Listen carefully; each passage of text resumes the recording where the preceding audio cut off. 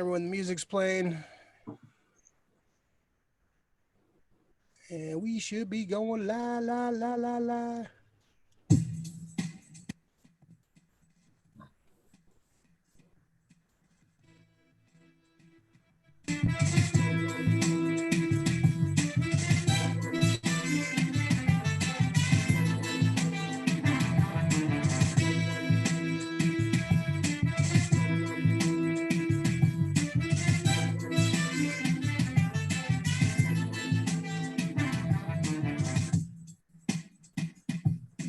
Yo, what's up, everyone? Welcome back to the SF Company Hour here on the SF Comic Book Company YouTube channel. This is issue number 42. Man, we're 42 already. Wow, it's we're coming up there, man. Almost to 50, 8 to 50. Wow, who'd have thought? So welcome back, folks. We're expecting the Honda DeLorean at some point. He'll jump in. He's on Honda. He's on Hondo time. He's on Tatooine. Always somewhere. on Hondo time, yo. You know, it's all about Bounty the space time continuum. So it should, he'll be on at some point. So welcome back to the show, Big Bishop. How you doing, man? Chillin'. Yeah, welcome back. How you doing, man? I'm good. You know, same shit, different day. Trying to maintain through this fucking quarantine nonsense, but it is what it is, you know. Yeah, how you keeping busy, man? How you keeping your mind off things?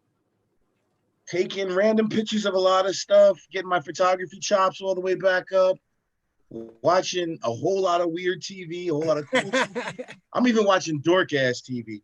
One thing I'm starting to get into is Korean dramas, actually. Them joints is kind of fire, actually. Yeah. I'm on the bandwagon with that shit. It's kind of fire. All right. Well, yeah, man, that's what you gotta do. All right, coming out of the corner with his hands up. Finally, like that. No, sorry. Hondo's coming in. There you go. There you go. Oh, yeah. Oh, there you go. Look, you're so well lit this time. Hondo is connect areas. You made it just in time. What's up, Hondo? How you doing? We're right in the middle of introductions. How you doing? Good. Hey, what's up, Bishop? How you feeling, Poppy? Cool, man. Cool. Just chilling. You're so well lit this time. Look at you. Are you back on your phone? Yeah, I'm back on my phone. Yeah, you sound better actually too. Right? Yeah, I can hear him better now. The computer was a failed experiment. Yeah. We tried, man. We tried. Sometimes it is what it is. How you doing, Alex? How you doing, Mr. Alex Hondo? I'm good. I'm just I just got back from a walk and did a little stairs. So, just a regular day, right? Nothing special. Awesome. Just chilling. All right, welcome back. Mr. Thanks. Recreation. Buddy. How you doing, buddy? I'm fantastic. I'm great. How's everybody? I'm glad to hear everybody's doing good. You went Han Solo on me. I'm fine. I'm fine. How are you? Yeah. Everything's good here. Everything's fine. Everything's great. It's perfect. Dude. We're a week away from football. Baseball's in full swing. Hopefully things are looking, brighter to keep us, distracted from all the bullshit. But, sometimes you gotta distract yourself from the bullshit. We've been mired in it for way too long. So trust. Oh, there you go. Thank you. Hey, Kratos has joined the show. Hey, what's up, Kratos?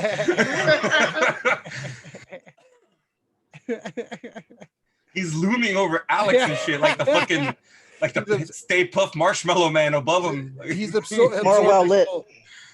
Look at him. Yeah, we want to see that handsome face, man. That beautiful George Costanza smile, man. That's what we want. I've been watching a lot of Seinfeld too lately. The moops, Jerry. The moops. The moops. You know what's mad funny? I really can't fuck with Seinfeld, but I love Curb Your Enthusiasm. Yeah. Oh man. It's Seinfeld uncensored. That's what it is.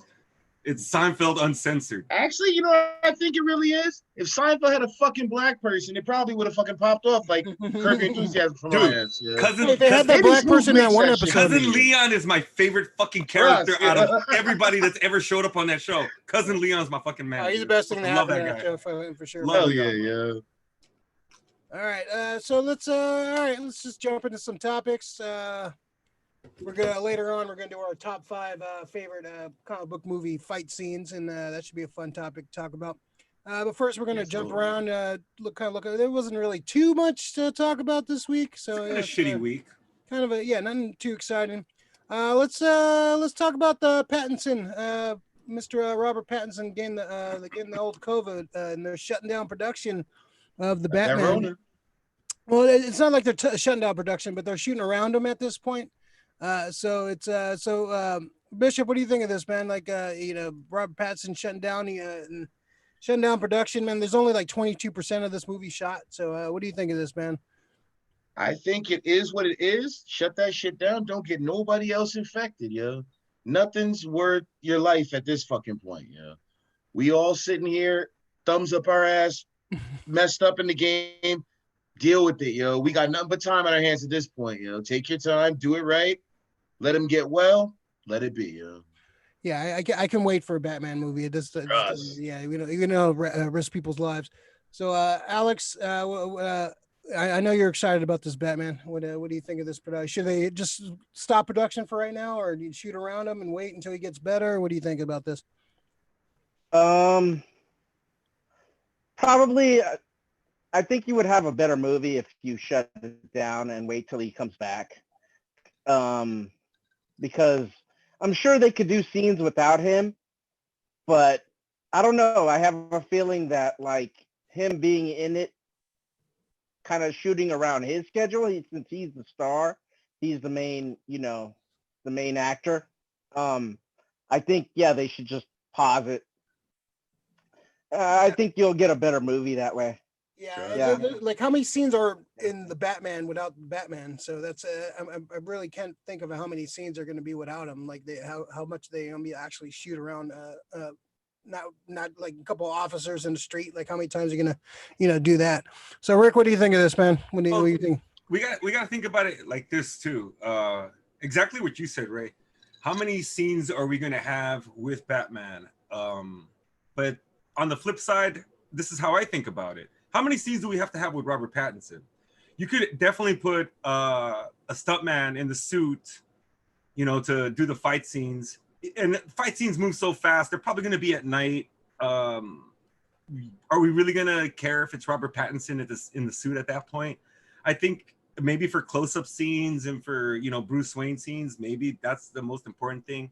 But after you kind of like do that percentage, you could probably shoot this movie for a while. The one thing that worries me, I just don't want anybody to get infected.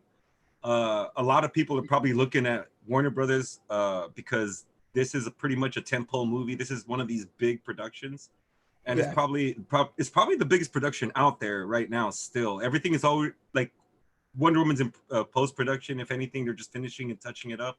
But Batman's right at the beginning, so hopefully they can manage this. Because I think a lot of studios are looking to them to see how they're going to handle this. So, I could see that. Like, they're going to see like what happens when your star gets your major star gets infected. Because it's going to be the same thing with like sports too, man. If your big star gets infected. Well, man. yeah, like the A's, they had to sit out for like 2 weeks, and they're not going to make those games up. But it's a loss. You have to chalk it up. It's a straight up loss. Gotta take that L, yeah. Mm-hmm. Warner Brothers doesn't want to do that though. Too many L's on the record. Yeah, exactly. Yeah, this is a bad time. Yeah, this is gonna cost him a lot of money, man. Putting this back, pushing this back. All right, so I don't know, man. It's well, you take your time. As long as people don't get sick, man. Like health comes first, man. Like no movie's more important than somebody's life. Take precautions. Yeah. Yeah, especially like a shitty Batman movie that they're making. So I'm Let's not call it shitty before we watch it. Oh, sorry, Let's guano. hold on. Sorry, guano. I'll take guano. I'll take Hey, as guano. long as he ain't got nipples on his costume, it's all gravy. You know, I'll give him a shot. Yeah. Yeah, he's got fucking. Oh, don't get me started. All right, let's see. All right, so let's talk about this Aliens Ridley Scott thing, man. So, Ridley Scott, he has a new project out on HBO Max called Raised by Wolves. So he's been kind of doing the rounds of doing some media and stuff, and the subject of the new Aliens, any Aliens sequels, or basically where the franchise is going to be going. So this is what he said about that's in process. We went down a route and tried to reinvent the wheel with Prometheus and Covenant. Whether or not we go directly back into it is doubtful because Prometheus woke it up very well. But you're asking fundamental questions like: has Alien himself, the face hugger, the chest burster, have they all run out of steam? Do you have to rethink the whole bloody thing and simply use the word franchise? That's always the fundamental question. So basically, it's like, okay, like people didn't really like get too juiced on the Prometheus and the Covenant stuff. Basically, when you see aliens, you want to see aliens. Like like the first two movies were so amazing, and we have a high standard for the Aliens franchise. So so I think going like the sci-fi, thought-provoking route was cool and all. I like parts of Prometheus, I like parts of Covenant, but I think they kind of need to go back to the old, like the horror roots of the first one, man. Low budget. You don't need a $200 million budget to tell an alien story. I'm trying to church it up, yeah. Yeah, you can. There's a find a balance between Alien and Aliens, and somewhere in there that I think you can definitely go somewhere with this. So let's go to you first, Alex. What do you think of this Aliens? Where do you want the Aliens franchise to go? More the Prometheus route, or more the the old school, the first couple of Aliens movies? The old school way. Because you can make a good kind of like horror sci-fi with minimal special effects. You can just like make suspense. Music adds a lot to making a movie kind of suspenseful. The soundtrack, the score, and Ridley Scott did the first one, right? The Alien, right? Yeah. Yeah, I can't believe it. That's been like 40 years, right? Like, Don't how remind old me. is Ridley? Oh, no, 79, right? 78 or 79. So don't fucking remind Wow. me. So, Yeah, Rick was a high schooler when that came out. I was selling drugs on the corner at that age. I can't believe that he's been doing it for that long, man. That's awesome. Yeah, but I figure if they go I like special effects, but I want a story. I want like suspense, horror, kind of like not slow paced, but just a little more, a build up. laid You back. want more of a build Yeah, up. build up. Mhm. Yeah, that's what I want from an alien Balance. movie. Yes. The older me, the teenage me would have been like Aliens, like just give it all kinds of special effects, but Yeah, well, they Nah. tried it with the Aliens I'm not a Predator teenager. franchises and stuff like I don't know. I don't know. They've tried so many different variations on the Aliens franchise. Bishop, what do you think of this, man? What do you want to see coming from the Alien franchise, man? Keep it simple. That's point blank fucking period. Keep it simple. Seriously, I don't need to fucking know an origin story of the fucking chest fucking poppers, the face suckers. I don't need an origin story. I don't need a cerebral fucking breakdown. I want to see gore. I want to see big robot suits. I want to see the fucking xenomorphs going fucking buck wild. I want to see the face fucking suck. Come on now, keep it simple. Gore over fucking mentality and all that mental bullshit. Yeah. Keep it simple. Yeah, I think so. I think that's the way you had to go, man. Like simple, like a lot of these like 80s and like franchises like try to do too much, like Terminator. Like go back to the rated R, like low budget roots, man. Like you don't need a big budget for these movies, man. That's what made some of those movies so charming. There was low budget, don't throw all the you make it a $200 million franchise. It's just gonna lose money, man. Just make And Yeah. even fucking worse, to try and cover it like your bullshit, you got to over explain a fucking simple storyline with some weird extra backstory and then give it like a weird fucking extra future story. Fuck all that nonsense. Yeah, just Keep keep it it simple. Keep it simple. I'm down with that. Rick, where you want to go with this franchise? Well, I kind of agree with Bishop. Like the one thing to me they fucked up on with Covenant and Prometheus was you're telling me, oh, we're in the alien world. Oh, you're giving me backstory. I'm fine with giving backstory. But at no point do you ever really show me the xenomorph. You never really show me. You show me like, oh, this is what they evolved from. I don't give a shit. You know, I gave a shit when I was a kid and I saw that big that alien. What do they call him? The space jockey, just in the suit while all the little guys are crawling around him. Just. I gave a shit about that. I was like, who is this guy? Why do you bring the aliens? Why do you bring the fucking chest bursters to this fucking planet? Are they fucking native to this planet? Or whatever. But I think what happened is I had all these questions and he was giving me answers for shit I didn't ask.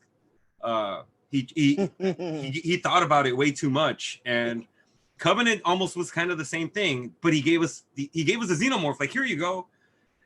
I think what they needed to do is they missed out on the natural progression of the characters. After Aliens, you had Ripley. She was awesome at this point. She was a mother now. She had Newt, and you actually had kind of like yeah, you got Michael Biehn. She had her family almost like she's a family she lost. Yeah, Michael Biehn was dope. Private Corporal Hicks. Yeah, and they totally destroyed that by taking everything away from Ripley again, making her a fucking prisoner in part 3.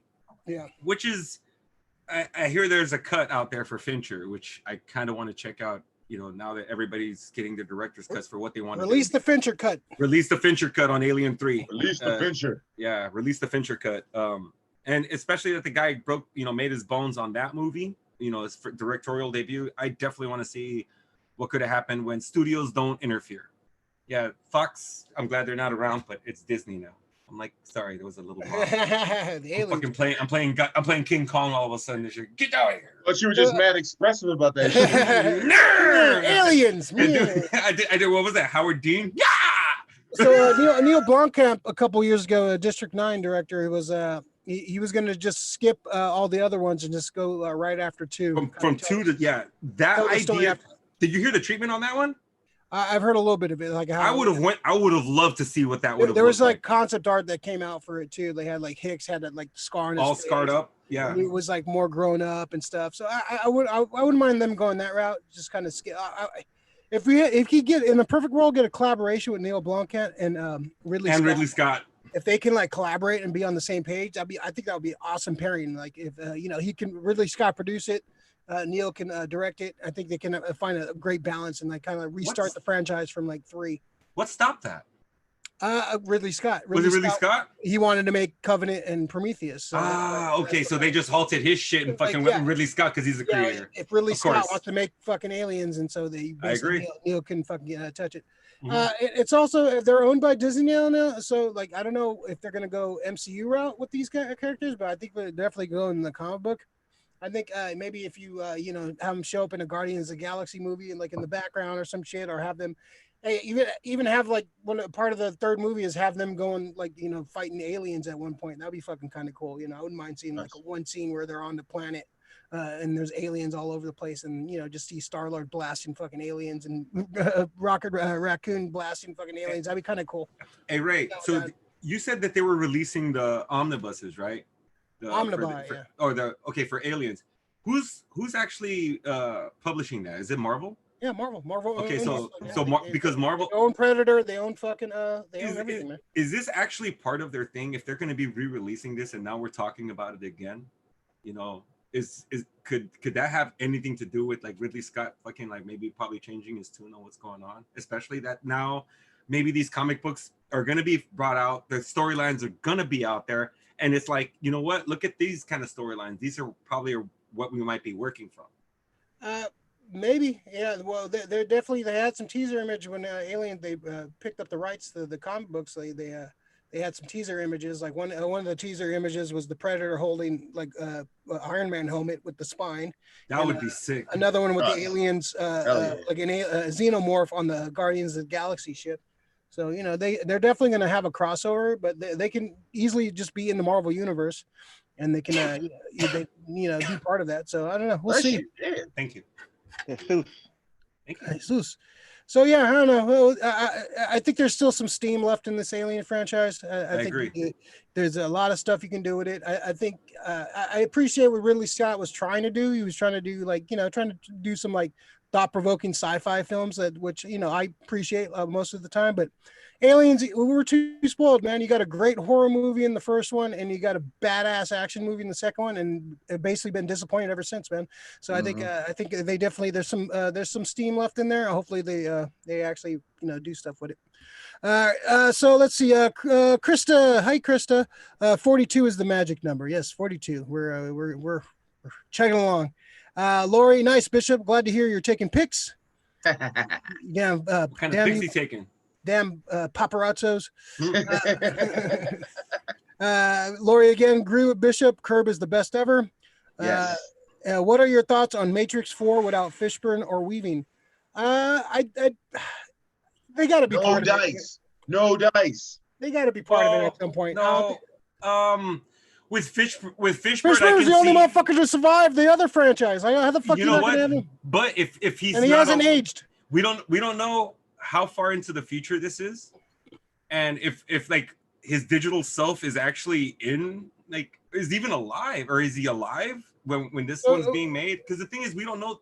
They live in the Matrix. They're in a virtual world. In the real world, is he still there? Because the thing is about Neo, I think Neo's just imprinted in the system.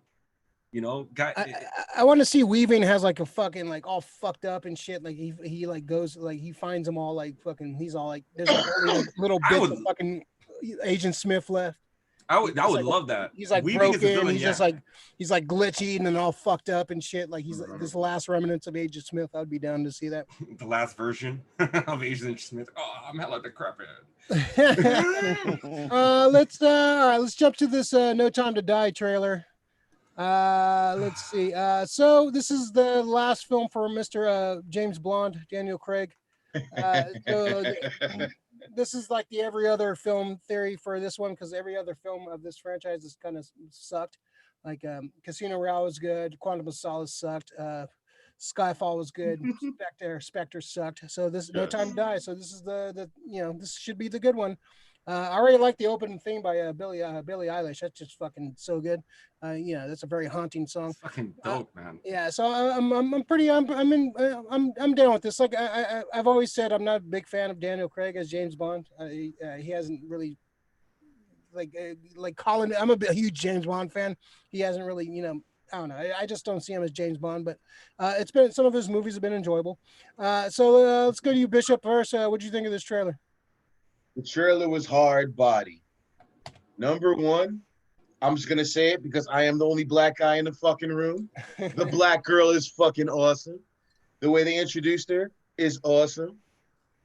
It's business. I'm with this shit. Representation fucking matters. And I am gonna have to disagree with you, dude. I like Daniel Craig as fucking James Bond. I'm definitely like a minority on that, man. Like I'm in the minority on that.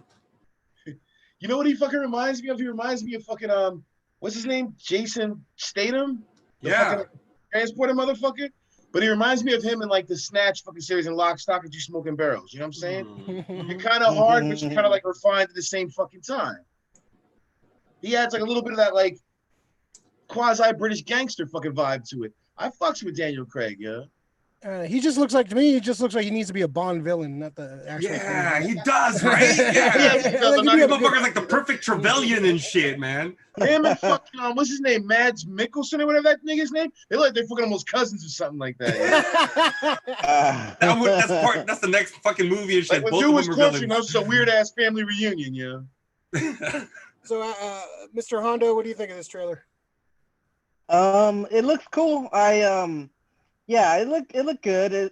I'm looking forward to the movie. I think Daniel Craig, he's okay. I don't like, he's not my favorite Bond, but physically, like he worked out a lot, like especially in his first couple of films or whatever, and the fight scenes were great, and he was athletic looking, so that kind of right? You know, like and He might be the most diesel fucking Bond, yeah. right. How old is Daniel Craig, anyways? Because I think And he's he's like gotta on be the kinda wrong up side of there. 40, yeah. no, he's like 50 at this No, I point. think he's in his Damn, 50s. see, even more so. That's a so testament. so yeah, that gives me hope. I always root for the older guys. 52. Yeah, see, so like You root for the old guy. for the old guys, that gives me hope. Experience over man, fucking like, age, yeah. So this is coming out November 20th, supposedly. We'll see. It's a 2 hours and 43-minute runtime. Jesus. Damn. And that's a long fucking Bond movie. Goddamn. That means it's gonna be just mad car chases, mad explosions, and mad ads for Maseratis, super watches, and boats, probably. So Rick, what do you think of the trailer? Also, how do you think this franchise is gonna end? Is it gonna just end with him dying, going off in the sunset, marrying? Well, somebody? no, well, fuck that shit. He can't be the last Bond. Well, No. they got to The end this last franchise. Bond. He's No, not they the don't have last to. Bond. They do not have to end this franchise. End this franchise. Come back in like 5 years. No. I'm sorry. I know there are people who want to kill franchises and shit like that, but no, this is 007. Yeah, but it's No, that's you. That's your 007's opinion. They're evergreen, not man. killing the franchise, No. though. kill it You're for not 5 killing- years, They're gonna man. Take continue a with break. somebody else. No. Take a break, just like with no, Batman movies. You No, take a break for like you 5 don't years. need to take breaks. You don't need to do none of this. You Bond need to needs make. to sit down, yo. I hope he goes out in the blaze No, of what- glory what needs- first. what I hope needs- he look, dies. You know what happens if you make like what did Ray say? He said he just broke down the last movies for Daniel Craig. He said liked, sucked, kind of liked, and then sucked. All right. So Skyfall is the best one. But you say, but you're Russ. coming from a place where you kind of Casino Royale was I fucked okay. with Skyfall. Skyfall was that shit. 007 has worn you out, Spectre, happened. like Spectre Bring back started Sean off Connery. amazing. dude. 007 wore him Spectre out, started off amazing. That was such a high, and then and they fucked it up. They want to touch on the fucking the nostalgia. Fuck you. Just give me good Bond movies. That's the whole thing. That it's like this is the thing about Daniel Craig. Daniel Craig is a new age Bond. He made him more physical, and I'm just like, you know what? I want more gadgets. To me, Bond was about the guy who's just like. I always tell people one of the coolest scenes. I mean, and it's one of my favorite Bonds. It's Pierce Brosnan. Yeah, but the gal just want no slouch Dude, either. I'm fucking done with look, Daniel Craig. look. Bond is getting shot at. He's getting fucking machine guns at him. He's just Pierce Brosnan is fucking trying to load a gun. He tilts his head, bullet hits him, and he goes back. That's Bond. He's the coolest motherfucker on the planet. that was Doesn't Goldeneye, have- right? That was Goldeneye, yeah. Yeah. But the thing is, same thing with Sean Connery. He had that fucking suaveness. Like he's in the most deathful situation. He's a dreadful situation. He's just sitting there, just chill. I'm just thinking about that pushing. They weren't physical. What's That's going not on the here? reality of it. No. The reality is he's gonna be a highly trained fucking operative. That Suave Bolo knows mad fucking languages, can blend in and out. But he's gonna have Daniel Craig does not do that for me, bro. He he's gonna does. have to He jump doesn't off a scream. cliff or hang off the side. or something Dude, like that. Come on now, man. Daniel Craig screams, "I am a fucking Vogue model, GQ. No, Check me he out, screams, yo, what's "Hit up?" my He doesn't. stomach, gonna break He your does fucking not. hand, yo. He doesn't scream like British, super agent and shit. He British. screams British tough He guy. looks like he does their He's gonna break your taxes. fucking face Okay. with some bangers and mash. Okay, so my guy. He does like the MI6 taxes. He's gonna put Bangers that and fucking mash. blood pudding in your fucking mouth. That's Okay. what he's gonna He fucking looks do. like the MI6 accountant, dude. It doesn't Yes, look like that's James right. That's what I'm talking That about. account can kick You your know what? ass. Yeah. He's the fucking guy who fucking like are you going to the MI6 gym? That's fucking Daniel Craig and shit. He's the guy working Bond out. And It's you're just- still not gonna say shit to his fucking face because you I know won't say I think- shit. I I'll be think like, Phil- hey, Daniel Craig, but I won't call him James. Exactly. I will not call him James. But you will respect, but you respect his gangster all day, though, won't you? Oh, I will. But the thing is, There it is then. his gangster is not Bond gangster, bro. I will agree with you there. Hey, I think Bishop, Respect. I think you see the same thing that I do, and he's got a little thug in him. He Daniel does. Craig. He His He face does. is fucking. It's Yeah, not. It's he's not hard body, but he's like pretty chiseled with it. He's Hell yeah. suave. not He's the prettiest suave. He's face. not hard, guys. He's Hard pretty is Jason you know? Bourne. Nah, he's hard, Jason B. Bourne can be the hardest motherfucker in the room. Jack Reacher's the hardest motherfucker in the room. James Bond's the guy that comes into the room, steals all our girlfriends, walks out Hold with them on. and shit. Jason Bourne is not gonna be the hardest guy in the fucking room. I'm sorry. No, That whole Matt Damon sloping fucking eyebrow. No, fuck that shit. I'm the same way. I don't fucking believe Matt Damon Dude, is I fucking fucking tough hate at the all. Bourne fucking series. That shit I is can't so take whack. fucking Matt Damon fucking seriously. I'm just saying, but these are the guys. My like best being- it's memory, like all being that a ta- Bourne shit. I was I in the think of theater one time 007 when I as was a watching that swab. shit. I was younger. Some kid kept screaming "Bourne" every time that guy would pop the fuck up. That was the best thing about that movie to me. Yeah. It's like being beat up by a koala. Like I can't take fucking Matt Damon seriously at all. I'm sorry, Matt Damon is not fucking like chewing he's not eucalyptus scary leaves. at all, man. I'm gonna use that. It's like being beat up by a koala, yo. I love that. Yeah, Yeah. he's not fucking threatening at all. I don't fucking feel threatened by that motherfucker at all, man. Like, yeah. Trust. But If you saw Daniel Craig looking at you wrong like that, you're gonna feel some sort of way, aren't you? Who, me? No. Get the fuck out of here, yo. Daniel Craig should I'll bust your ass fucking look. You gonna do this. You know what? He will hit I me know I and will, keep shit. pounding me into the ground, and I'm like, "You're still not my Bond." That'll happen. Sorry, well, all right.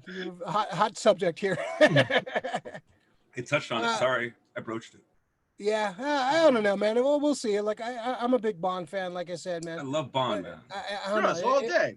I think Bond is just a character that just like you can't really exist in today's fucking climate, man.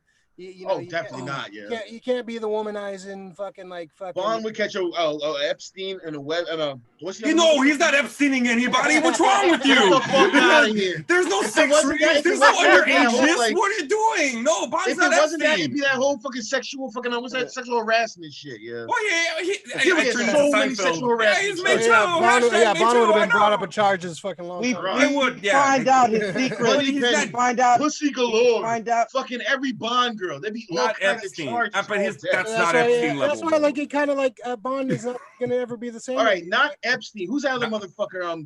Weinstein. That's what I fucking meant. Not Epstein. My bad, yeah. Who's No, worse? I Find don't know. out. They're both words. After all these years, we find out that his secret was slipping roofies in the martinis. God damn. Shaken, not stirred. That's why he's shaking. He wants to make sure that shit gets in there. Gotta get that shit together. I don't Nah, want to Bond- show Bond any is traces of smooth, a man. pill. All consensual. Hey, wait, but Ray, who would be your Bond coming into the new shoes? Probably Fassbender. Well, he might be too old for that. They probably gonna go younger, but if I had to pick, I'd probably go Fassbender. Okay. Alex, Idris Elba. you go Idris? Yes. Okay. But wait, hold on. He's black. Yeah. If they to me, if the name James Bond is the cover and it's not the actual person, I have no problem with that. It's just like changing anybody, dude. I mean, come on. I get mad if they would change fucking Batman to be a Mexican, dude. I'd get mad. It's just like you can't. It's like make a better. It's like make a great character. Bat Mijo. Why though? Batman. Why would you get mad? I love a fucking Mexican Batman. No, yeah. because they already have a band and their name is Chicano Batman, and there's fucking rights to that Chicano Batman kicks fucking ass. That's a good band. shit. I think That's Mexican. a very good band. Dude. I think They're a a great Mexican Batman's a sex act, right? Oh shit. Oh shit. Yeah, this is what you you put on a mask and slap her ass with the oranges. We're not going to talk about that. You can get that for $20 in Tijuana, dude. I would like a Mexican Batman, please. Chicano Batman. I want the Chicano Batman. Exactly. You gotta say it right. Representation matters, damn it. All right. I'd go with Fassbender. All right, well, we'll do a couple of non-spoiler reviews coming up, but I want to talk about this. This is like the most saddest news that I can hear this week. All the drama, all the death, all the horrible happened things now? happening in the world. Adventure Brothers have been canceled after 7 wonderful seasons. So the show's been on for like 17 years. So that might be It's 7 non-Simpsons. seasons, 17 years. That might have kind of killed the momentum of the show because they had their last season 2 years ago, 2018 I think was the last season they had, season 7. They were working on season 8 while they got the news that this is not coming back. This show is amazing. I love this show. This is if you grew up watching G.I. Joe Yeah, any Hanna-Barbera, like Johnny fucking Quest. Johnny Quest. Johnny Quest, hell yeah. If you read Marvel comics, you know, you watch any cartoons in the 80s, this is like a love letter to all that shit. Some amazing music on the show. The voices on this show were great. I love this show. This is one of my favorite cartoons of all time. I own all 7 seasons on Blu-ray. I love this show so much. It sucks that this is like coming to an end. You know, it kind of fans kind of knew it. There was so many gaps in between, so everybody kind of always assumed it was canceled, but because it took so long to come back.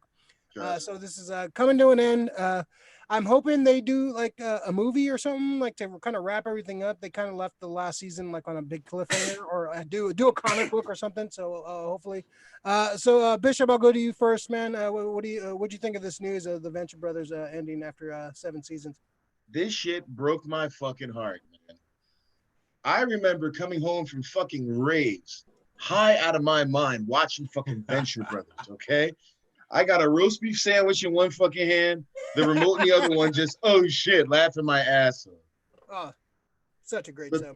The Monarch, that guy was so fucking hilarious. Yeah, he sure is. Jefferson Twilight.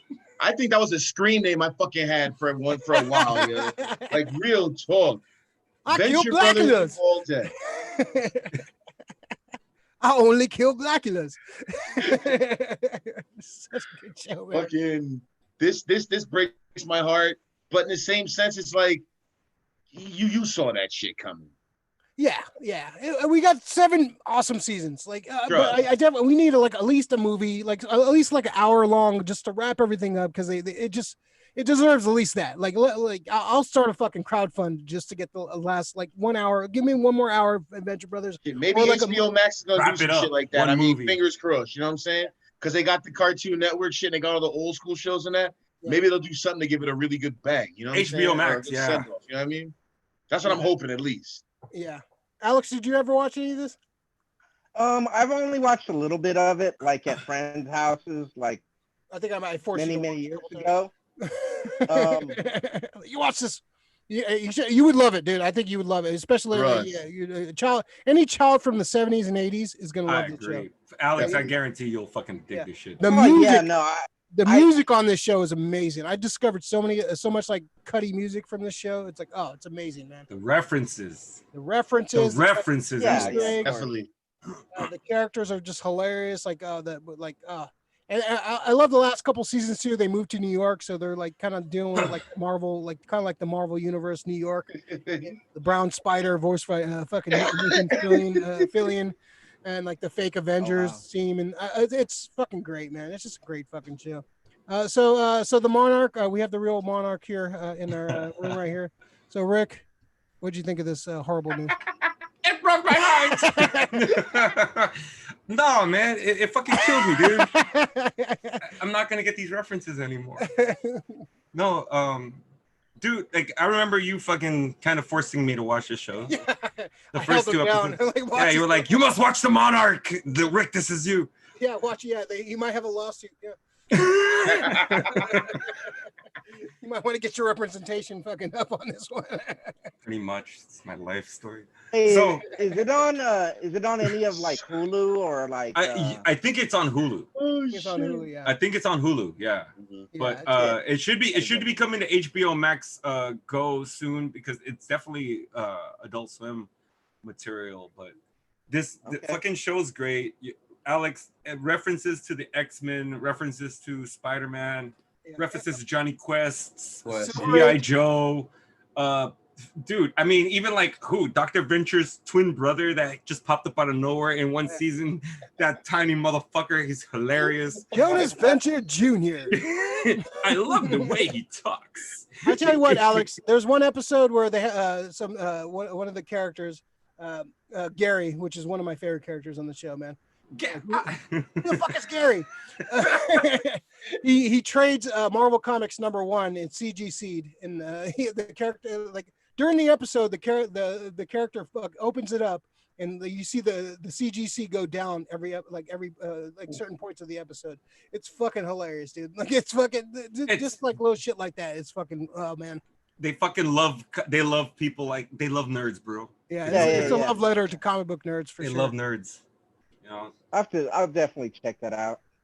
Yeah, I mean, the thing about it is though, it's like you said, right? It's been around for a long time, and they haven't had any seasons. So I kind of thought I thought it was like done like a long time ago, just A lot because of they people hadn't think that, had man. anything, you know, like. I kind of So- appreciate how they did that. Like they just like kind of like when they're ready They to go make away. episodes, they would do like do. I think that's like the Curb Your Enthusiasm method. Like when he's inspired and when he Yeah. has like stories, that's when he comes back. I kind of like that way of thinking. Like that, you don't have to have a fucking season every year. Like come back when you're ready to come back, man. When you feel like, oh, I have stories to tell.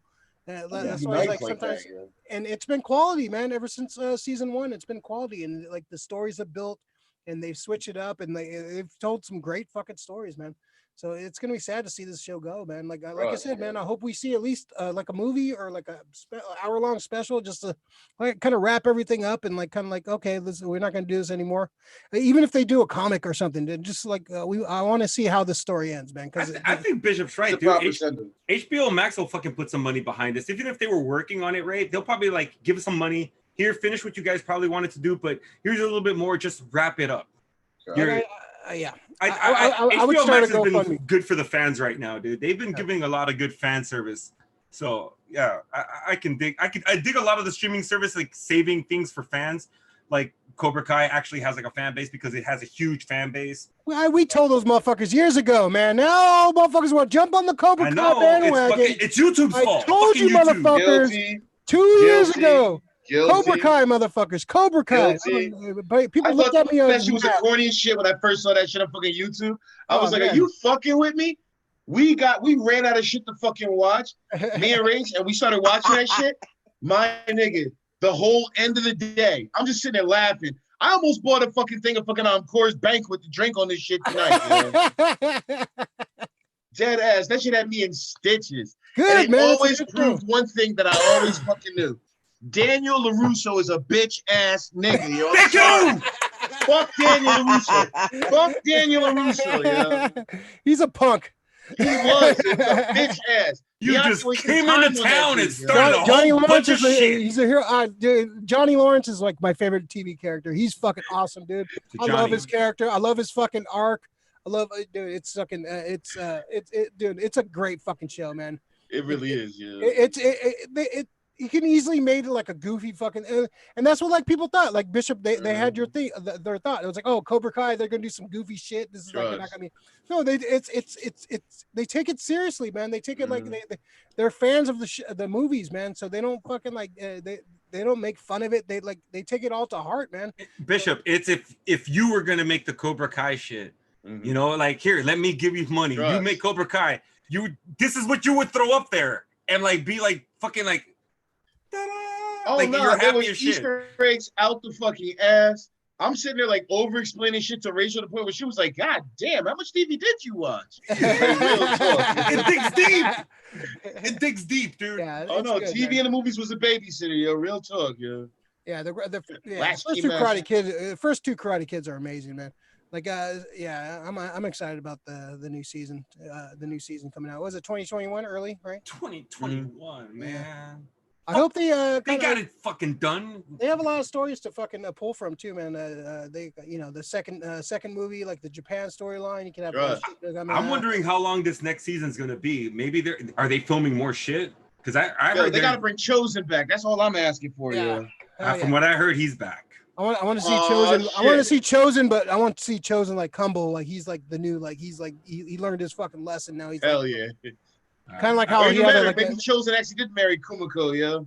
No, whatever her name was. No, never. Yeah. Hey, LaRusso fucked up on that one. He fucked. That's the one he messed up on. Yeah. Could have got that green card for her, man. Fucking, You you know brought what? that. That's another fucking thing I always fucking wondered about between 2 and fucking 3. In 2, right? They all go to Japan.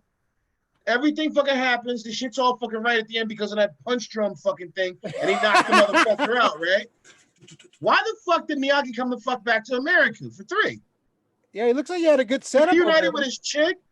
He's in love. He's in his home fucking You know land. what? You Everything's actually, good money. you have a fucking. At the top, nigga. Like, what's wrong? Why did he come You back have to a America? perfect point. He could have gave everything to Daniel. Yes. He gave it to him anyway. He could have stayed there and been happy. No, I want to come back to America and raise bonsai trees for white people. You know what? Man. And fight Bishop, a fake I'm ass with you. fucking Steven Seagal. Yeah. And how do you Yeah. go from cars to box? Wow. I wonder if they're gonna bring that storyline in. Whoa. Terry Silver? Barry Silva. I hope not, because isn't that why fucking old boy had that slick ass ponytail? Yeah, it's fake ass Steven Seagal, man. Hey, Yeah, oh, exactly. whoa. Are we hating on ponytails here? Is that what's going on here? I got called Steven Seagal one time, and Hey, that's hey. not cool. Stay gold, pony boy. Exactly. Esteban Seagal. So you Daniel Erases. Yeah, sorry, LaRusso. Like the only good thing you have is your daughter. Your daughter's hot. That's the only thing that came out of that. That's the only thing. Like your wife and your daughter are hot. Yeah, like you're kind of a prick, man. Like, yeah, I'm rooting for Johnny, man. Johnny, I fucking love Johnny. Love Miguel. Barney Stinson was right, man. Team Miguel. Team Miguel. Barney was right. That was the best part, man. Yeah. But my favorite fucking scene in that whole fucking shit is when they're sitting down to dinner and Johnny Lawrence is on a date with fucking that other dude, that Miguel kid's mom. Yeah. And the fucking wife says to the waitress, "You know each other?" "Oh yeah, they're in dueling karate dojos." She said that with a straight fucking face. That shit had me. Oh my god, I almost pissed myself laughing when I heard that shit. That was great, dude. That's awesome. Good show. Good fucking show. Great show. All If right. anybody hasn't Watch watched it yet, it. watch fucking Cobra Kai. on Watch Netflix. that shit, yeah. Watch it. Binge All the right, shit let's out see. of We it. got some chats here. Larry Cake was Larry Cake. Yes. Larry Cake It was a great good. thing. I've Larry only been King was able to hard as watch. shit, yeah. I've only been able to watch that movie once, man. It's a good movie, It's a man. hard Fucked movie to up fuck. then. I- It's You watch great. it, yeah. It's I have it on great, Blu-ray. It's but good. I can't get to the fucking ending again. It hurts. That ending hurts, man. Oh, trust. It man. hurt. But it's supposed to. It's the whole theory of the That's layer. why I've only been. I've only been able to watch it once. I was like, wow, fuck you guys. Trust, man. Fuck Alright, you You guys. feel some sort of way though. It Let's did see, that we to got- me, man. All right, Andrew, Mr. Andrew Rivers. Sup, fellas? What's up, Andrew? Krista, koalas are vicious. I'll fight Matt Damon. Krista, I believe you could. And anybody, a koala could take down Matt Damon. Yeah, Fucking Matt lizards Damon. can take down Matt Damon. non-threatening fucking person ever, man. Like, Matt Damon. I'm over Matt Damon. Matt As soon as I Damon. saw that fucking the shrinking movie, what the fuck was that shit called? The fucking when he was like they got shrunk down. What's was it a- called? That was the worst Downsized? downsizing. That was the worst fucking movie I've ever seen in my life, dude. That movie is It's bad. fucking horrible, dude.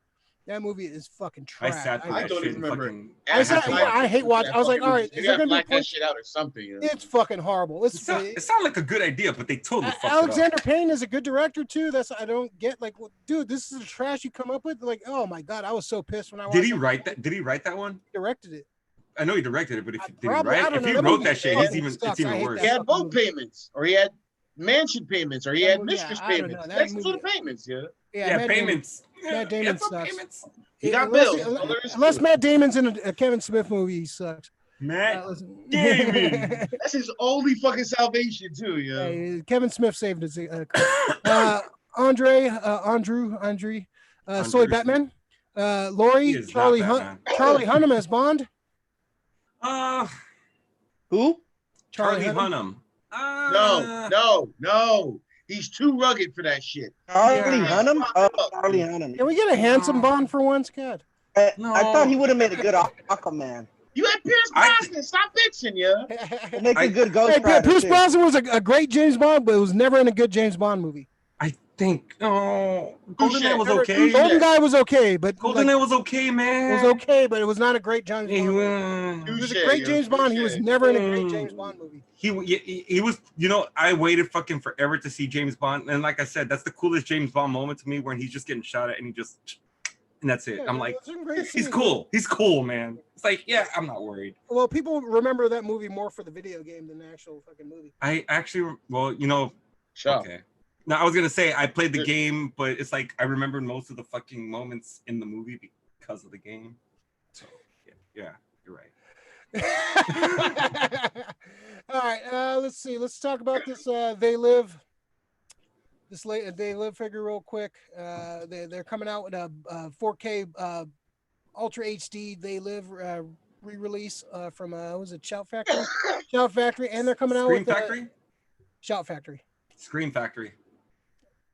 Shout Factory. Scream Factory.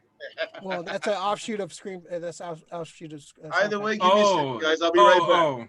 I used to go to figure. I used to go to a The club called Blu-rays Sound from Factory. the Blu-rays from Scream. Well, The yeah. Blu-rays from Scream Shout Factory. Factory So the owns figures Scream from... Factory. That's like an offshoot of Shout Factory. Okay. I'm looking at it right now, Rick.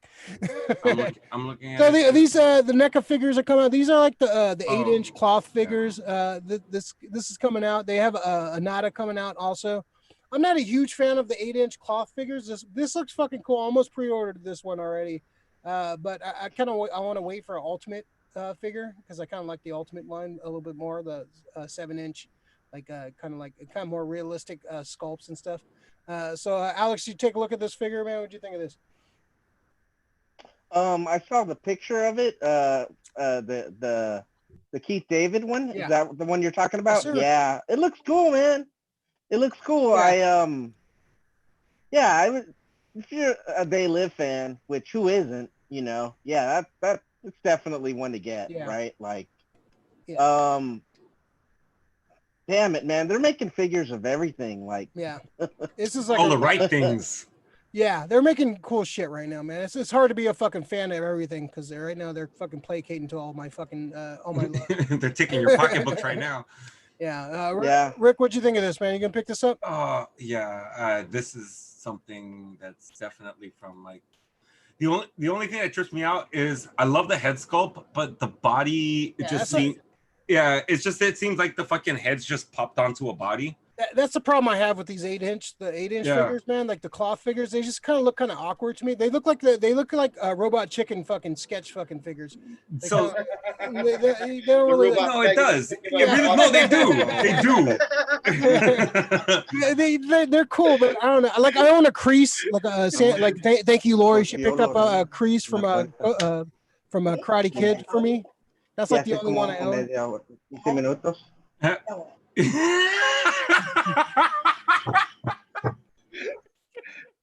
Alex is getting yelled at. I'm sorry. Lo siento, mom. Soy hablando con mis amigos. Hey, Alex, how are you? Put it on mute next time, Playboy. He's gonna hate me. He already does. He already does. So And yeah, we this all- is coming out. This is coming out in what is it? When is this? coming out? Are they coming out with another like a non-cloth figure like the ones that they do for? That's what I'm saying. I want the ultimate like versions, like with the ultimate where you're just a sculpt. Like that's what I want. Because If they do that, I won't get this. Yeah, that's why I'm kind of hesitant to buy this because I kind of want to wait. But it's an awesome looking figure, man. Like if I see it in the wild, if it's easy to get, I'll fucking get it. I think this might be exclusive, but the fucking the Nada figure looks cool too. But like I said, I'm not a big fan of these 8-inch figures. I'll wait for the NECA Ultimate line. But it's cool, man. I'm kind of I don't know. I kind of 4K re-release of They Live, man. It's a documentary at this point, man. Fuck. Yes, it is. It's a great movie. That and Idiocracy. Trust. Yeah, right. Yeah.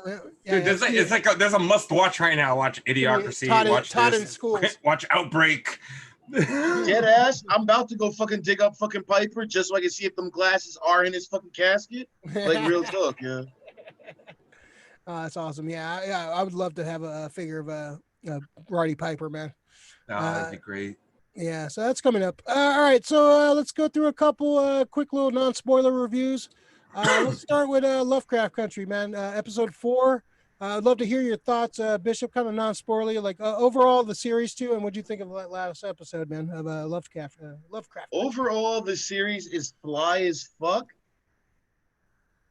I used to always wonder who the fuck Cthulhu and all that shit was. When I looked up who fucking like H.P. Lovecraft was, I was like, fuck this guy fucking running. Then I found out about Lovecraft Country, the book. And I was like, oh shit. Then I see the series. I'm like, oh shit again. Right? The whole way they fucking incorporate everything. Like, what was it? Oh shit, that's right. I can't give fucking spoilers. Yeah, no spoiler. God damn. We're gonna do a spoiler review, man. Episode 3 fucked me up.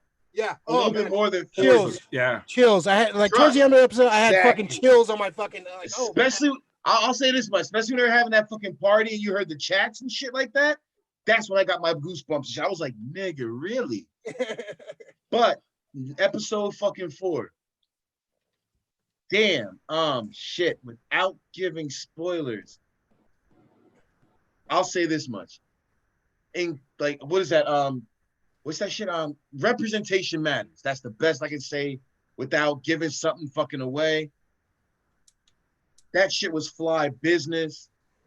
There wasn't one boring second, in my fucking opinion. There was so much symbolism. And that's what's fucking me up about this show.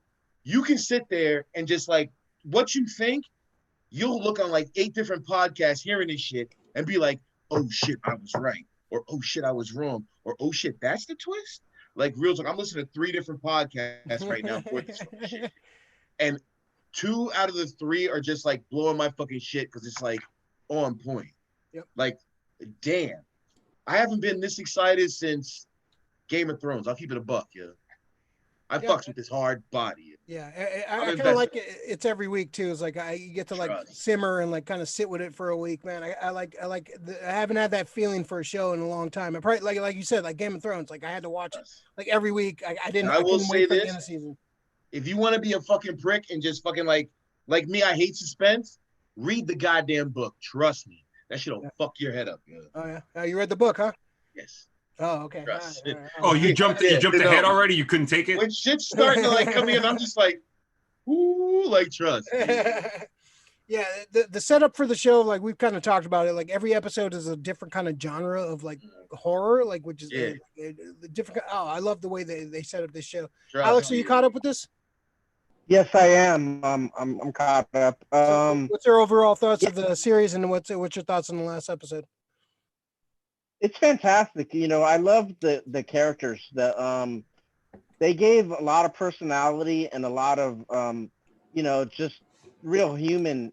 Like they made really good characters. Like it's to me, it's almost character driven. You know, like it's good. It's really good. I highly recommend it. I think everyone should see it. And yeah, it's awesome. It's a good show. Really good. They knocked it out the park with that one. Yeah, it's really Smollett. Like she's probably my favorite character in the show, man. Yes. She's just She's awesome. She's hard body. Letty's great right now actress. is the best, dude. She can show like so many like ranges of emotions. Like she's beautiful, like gorgeous, like fucking just like oh my god, like she's I didn't even trip to it. She's fucking Black Canary from Birds of Prey. Yep. Really, from the Birds of Prey movie? Yeah, like I didn't trip off. She's like so wow. You know what? That's great because this is her way to redeem herself for that fucking massive piece of shit that fucking Harley. She wasn't that bad, but it's just like, dude, movie, it was a bad piece of shit. That movie's movie, not good. That movie's not good. All right, I'm gonna play devil's advocate in this fucking situation. It was entertaining though. The fight scene, like I like the fight scenes and stuff. Those were cool. Like some of the action was good. But the characters like didn't act like anything like they did in the Thank you. It's a comic book movie for people that don't read comics. So. Also, exactly. I'm not a DC motherfucker what I'll do, like that. Hey, what I'll That's do, probably Bishop. Why, then. I wish I could be you, Bishop. I wish I could be you, man. No, what I'll do for Bishop is I'll give him the storylines for each one of those characters I have that, man. to show him how fucking like badass those characters are. Oh yeah, man. Yeah, those characters are badass, my man. Every single one of them. Read the Birds of Prey by Gail Simone, man. Oh, Gail man. Simone. That's all they had to do. That fucking storyline. That's all they had to do. So, Rick, what's your overall thoughts on this? We already kind of heard your thoughts. What were your thoughts on episode 4? Lovecraft. I fucking well, I'm still loving this show, man. And what I'm glad now because Courtney B. Vance for a while, like when he was on there, he was like killing it. But like right now, the new guy who's fucking just jumping on board for me, dude. No, it's his dad. Montrose. Michael K. Williams. Oh my god. Williams. Yeah, Montrose. but his real name. I'm sorry, Michael K. Williams. Montrose. Mm-hmm. Dude. Yes. He's complex, man. Trust. He knows. And the fucked up thing is, without spoiling, man. No. It's like, no, because they've already alluded to this in other shows. He knows stuff, but he's not saying anything. So, but okay, still, all right. I want to go forward with this. The thing is like, how do you keep an asshole in suspense? Let them watch Lovecraft Country. You know, that's easily for me. I'm just like next week. I'm just like, It's I'm waiting. apparently comes out like this last week's episode came out on Friday on HBO Max, so I don't know if that's. Well, like you a gotta thing. pay. I guess Yeah. you gotta pay It attention did? to see if it comes out. Yeah, I was Yeah. like shot. Like I was like Friday, I was watching like HBO Max, and I was like, Well, Lovecraft. that's what I get for not turning my notifications on. Then yo, fuck Like, me. really? He I was like, didn't- okay, no, like if he- I I can think watch he this watched show it. early. Yeah, you like just Oh, checked it out to sweet. see, right? And then you just saw it up there. Yeah, I was up there. Like, Yeah. Alex, you watched it earlier. No too, right? notification. No Yeah, notification. I watched it early. Yeah. No, so like I watched episode 3 on Friday, and then after episode 3, it said episode It 4 prompted you next. to 4. Yeah, and it prompted me to 4, and then I was like, okay, let me try playing it, and then I thought it would say Oh. you have to wait till Sunday, and it didn't. It just played, and I You know went, what that reminds oh me of? shit, okay. Yeah, Somebody on fucked HBO, up, yeah. probably. That shit reminds me of fucking when I lived on the East Coast and I first started watching Game of Thrones. When I was staying with my homeboy, he would have the fucking DVR shit on fucking cable, right? So on Saturday, that shit would come the fuck on. So we smoke blunts, watch Game of Thrones on fucking Saturday. Then Sunday, we sit there and laugh at motherfuckers in chat rooms and shit like that. So maybe that's what that shit is. HBO's keeping that shit alive like that, maybe. You know what? Especially for us, possibly because we're West Coast feed. Trust. Maybe. You know, I don't know. Yeah, if when East I had Coast, Dish Network, I had East Coast and West Coast. Yeah. because I get love that West shit Coast. sometimes. I love with the certain East Coast things. feed, man. I love getting East Coast feed sometimes because I can get shit either a day early for a show that they premiere like on a different day than we get it on Yes. our coast. Because I don't know how some shows go without spoilers, but fuck, you know. Yeah, this is I think we're gonna do a spoiler like Sunday night. What are you doing, can't Bishop? wait. Sunday night, you want to do it? Let's do a spoiler review, man. I want to. Hey, It has, shit. it has to be Let's until go. after 9:30, man. Like I said, I don't get. Yeah, we'll see. We'll see what happens. Wow. Oh. You knew what it was when you signed up. Dun, dun, dun, dun. Well, let's see, Lori. I still have to watch Lovecraft. Yeah, watch it, Lori. You're fucking. Lori, yes, Trust. dude. I'm. You know what? I'm disappointed in Lori Yeah. that she hasn't watched it yet. Yeah, actually. we're all disappointed in you, Yeah. Lori. Disappointed. Velo 412. Hello, Velo 412. That's perfect comic book movies for people who don't read comics. Nailed it. Yep. Oh, what happened? I have Yeah. good I points. don't know. sometimes. You started freaking out. I know, right? Michael K. Williams smoked weed in a van I was driving him in and reeked it out. Nice. That's fucking great. I love that. Gotta get high. yeah. Smoke weed every day. Yeah, it's a fucking amazing show, man. I like Lovecraft is a very complicated. Like I've read some of the short stories he's written. I've seen some like biographies on him. He's a very complicated motherfucker, man. Like he's very like he's very like very complicated, very like very but his like it wouldn't be modern horror without him. So this is amazing. I just love this show, man. I can't recommend it enough. Like any if you're a fan of horror movies or any kind of like Yes. anything like that, this is like a love letter to you, man. This is like it encompasses like all the great things about horror. This is great, man. I love this show. I can't wait to see where it goes, man. I can't wait to see what's next, man. Like I'm so excited about what's next on for this show. So I can't wait for more. So all right, so we got The Boys season 2. They released the first 3 episodes. I saw an interview with Kripke, the producer on this show, Eric Kripke, and it was kind of like they're like the first season they kind of released all of them at once, and so this season they're going to release the first 3 and then they're going to release weekly, which I kind of dig, man. I kind of like sitting with these shows, like kind of like thinking about it for a week, because like in this like day and age, you release a show and like all the whole season. You're hot for like a weekend and everybody forgets about you by Tuesday. So I kind of dig it, man. I watched the first 3 episodes, man. So far I'm really fucking digging it, man. If you haven't watched season 1, watch it and watch this season. So far it's really fucking good, man. Great cast. You have Carl Urban, Jack Quaid, Dennis Quaid's son. Just a great fucking cast, man. If you love the book was good.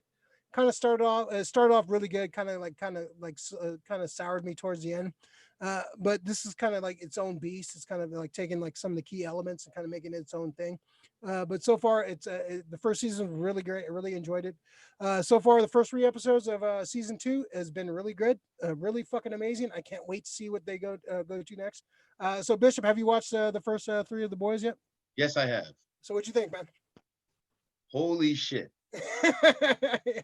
To quote fucking Office Space, back up in that ass with the resurrection. Okay. Number one, fuck A-Train. Number two, damn, all right, I forgot. I can't do the spoiler thing, so I can't go on my fuck you list. I just say one thing: Stormfront's an intriguing character. Woo, yes, yes. Stormfront's that shit. Yeah. But I am kind of on some fuck Stormfront because I just got finished watching. What's that shit called? What's that other show she's on? The Worst Thing About You, or You're the Worst. Oh, she's on that? Okay. I show you the words. She pissed me off in that fucking show. So to actually see her right now, I'm kind of mad. But to see her in this capacity, in that same kind of fucking like way, I'm like, yes, I fucks with you. Especially, damn. I'll just say this. Spoiler free. I'm like, we have to do a boys spoiler episode too. She's really on some what's good type shit too. I'm fucking with Stormfront. What is it? The female. That's right. I can't fucking. Damn it. Just watch that shit. There's so much to fucking discuss if you watch it. Watch that shit. That's all I'm saying. That shit is fire. I fucks with it hard body. Yo. It's the best use of the Billy Joel song "Only Human." It's the only that Billy Joel shit. Real talk. And I'm from Jersey. Fuck So Alex, have you seen any of this? The Boys season two yet? I saw the first 2 episodes of season 2. Yeah, man, it was really good. I could have easily kept going, but it was late, and yeah, but it's awesome, man. I enjoy it a lot. What about this season that, without spoiling it? I love good, man. Yeah, Homelander's really good this season, man. Starlight has been really good, man. Like fucking Starlight's been good, yeah. I like the what was it, the girl? Vicky Huey. Wee Huey's fucking good, man. Like yeah, it's definitely like they definitely like the music's really good in this season. Man. Fucking Patton Oswalt has a cameo. I don't want to spoil his cameo, but it's fucking pretty hilarious. It's in the third episode. It's a lot different. What's up? It's a lot different than the comic, right? Oh yeah, it's definitely definitely toned down from the comic because the comic is just fucking ramps it up, like literally balls fucking to the wall, fucking a little more gruesome, a little more fucking like crazy. But I kind of like that when they do that, kind of like Umbrella Academy. It's way different from the comic. I think the Umbrella Academy, the TV show, is a little bit better than the comic. Fleshed out. And like I really enjoy the comic to a point. Like right now, I'm enjoying the TV show a little bit more. I kind of like how they kind of streamlined in kind of the content for the TV show. It's pretty good. It's really. Rick, have you caught up with this yet? Not just yet, but I noticed it quickly in like the first 4 episodes, dude. Like it's not that they like. It's like they streamline it. They rein them in, but they streamline it. Like it just gets rid of some of the bullshit. Yeah, you don't. The Boys does, like he said, goes balls to the wall. So you're going to see a lot more visually than probably you should on FX in a comic book. But, you know, does it change the content? No. Especially if they just fucking like stick to the main trope of the show. Hopefully, I like Eric Kripke. I think Kripke's the guy who did Supernatural. Right? And fucking Supernatural is great. If you guys haven't watched Supernatural is one of those shows awesome. I have to watch at some point. Yeah, it's kind of daunting though. It's like what 15 seasons that shit. No, it is. But the thing is, one thing that's a lot. That's a commitment. I can't even commit to like a relationship, man. Like, I tried to one time. I can't finish it. I'm sorry. What happens? It's really like, fucking like after a while. Yeah. So what I tell people, too many white people. No. Yes. No, it's very fuck you guys. So that show, dude, for people who are a fan of horrors, it gives you horror from every fucking thing. You get fucking ghosts, goblins, fucking everything, fantasy. Dude, I think they even have like fucking demons. They have demons, angels. Fucking demons. They go through the whole gamut in Supernatural, which is cool. So I trust Kripke to guide the Boys into a good run, maybe a good 5-season, 6-season run. Yeah, he's a good story. He's a good showrunner, man. So yeah, and Kripke for this kind of fucking content, yeah, for comic book stuff, I trust this kid. So let him run with it. Yeah, it's a fun show, man. I'm digging it. Yeah. All right. So yeah, it's yeah, definitely watch that. I think they're gonna come out at like every Fridays. So I'm cool with this, like waiting a week to watch shit, man. I feel the man. You release all this shit at once, you're over it by the weekend. Like, give me something to look forward to, like during the week. I kind of like this, like this old school fucking feeling on it. Some shit I'm cool with, like binging. Like I'm cool with certain shows I can binge, but like it's cool to have like, I have like, right now I have fucking The Boys. I have fucking Lovecraft. Like I have shit I'm able to watch week to week. I'm excited about this kind of like situation. So, all right. So we're gonna jump to our big topic for the day. So if you're watching around now, please like the video if you haven't already. Like and subscribe to the video, please.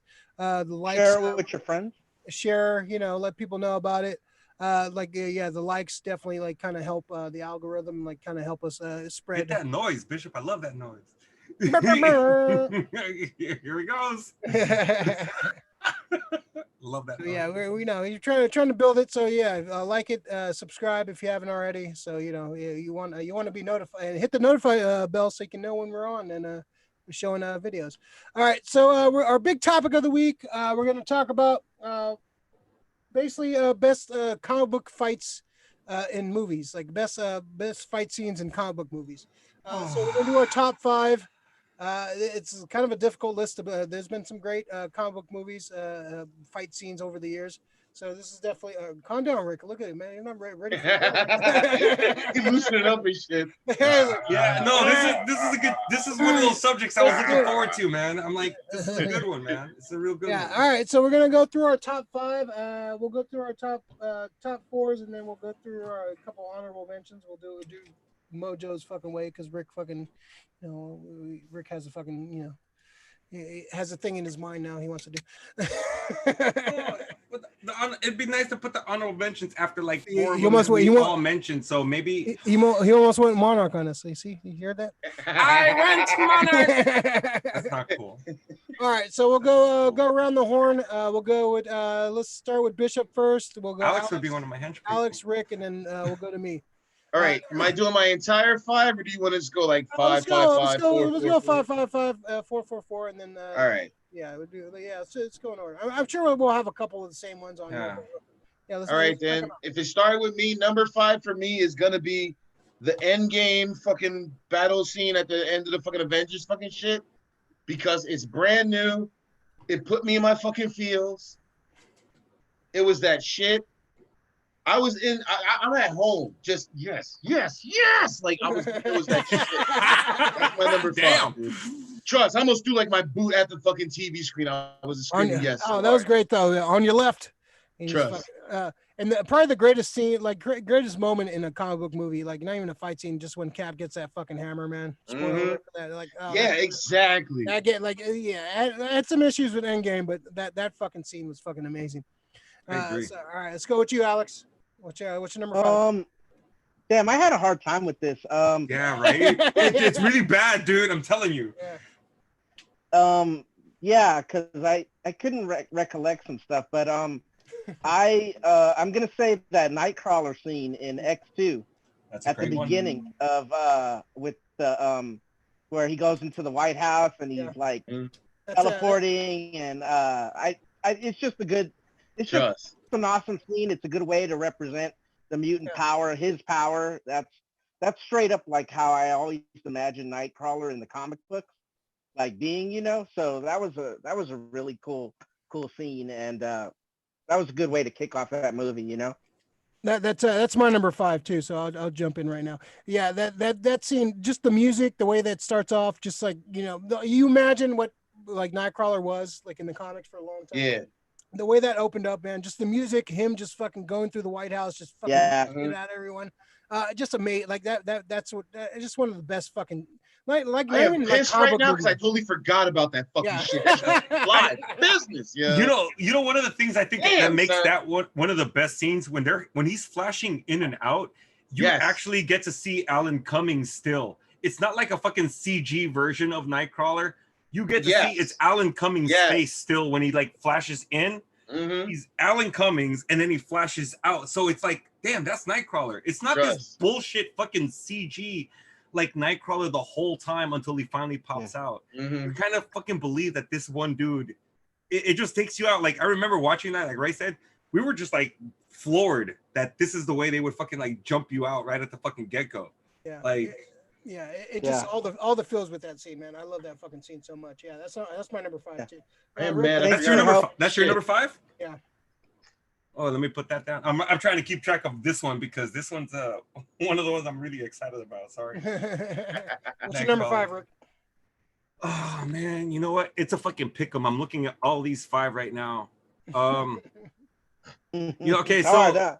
No, because I didn't even number them. Usually I number everything. So I'm gonna say number 5 for me is probably the Battle of New York, in Avengers.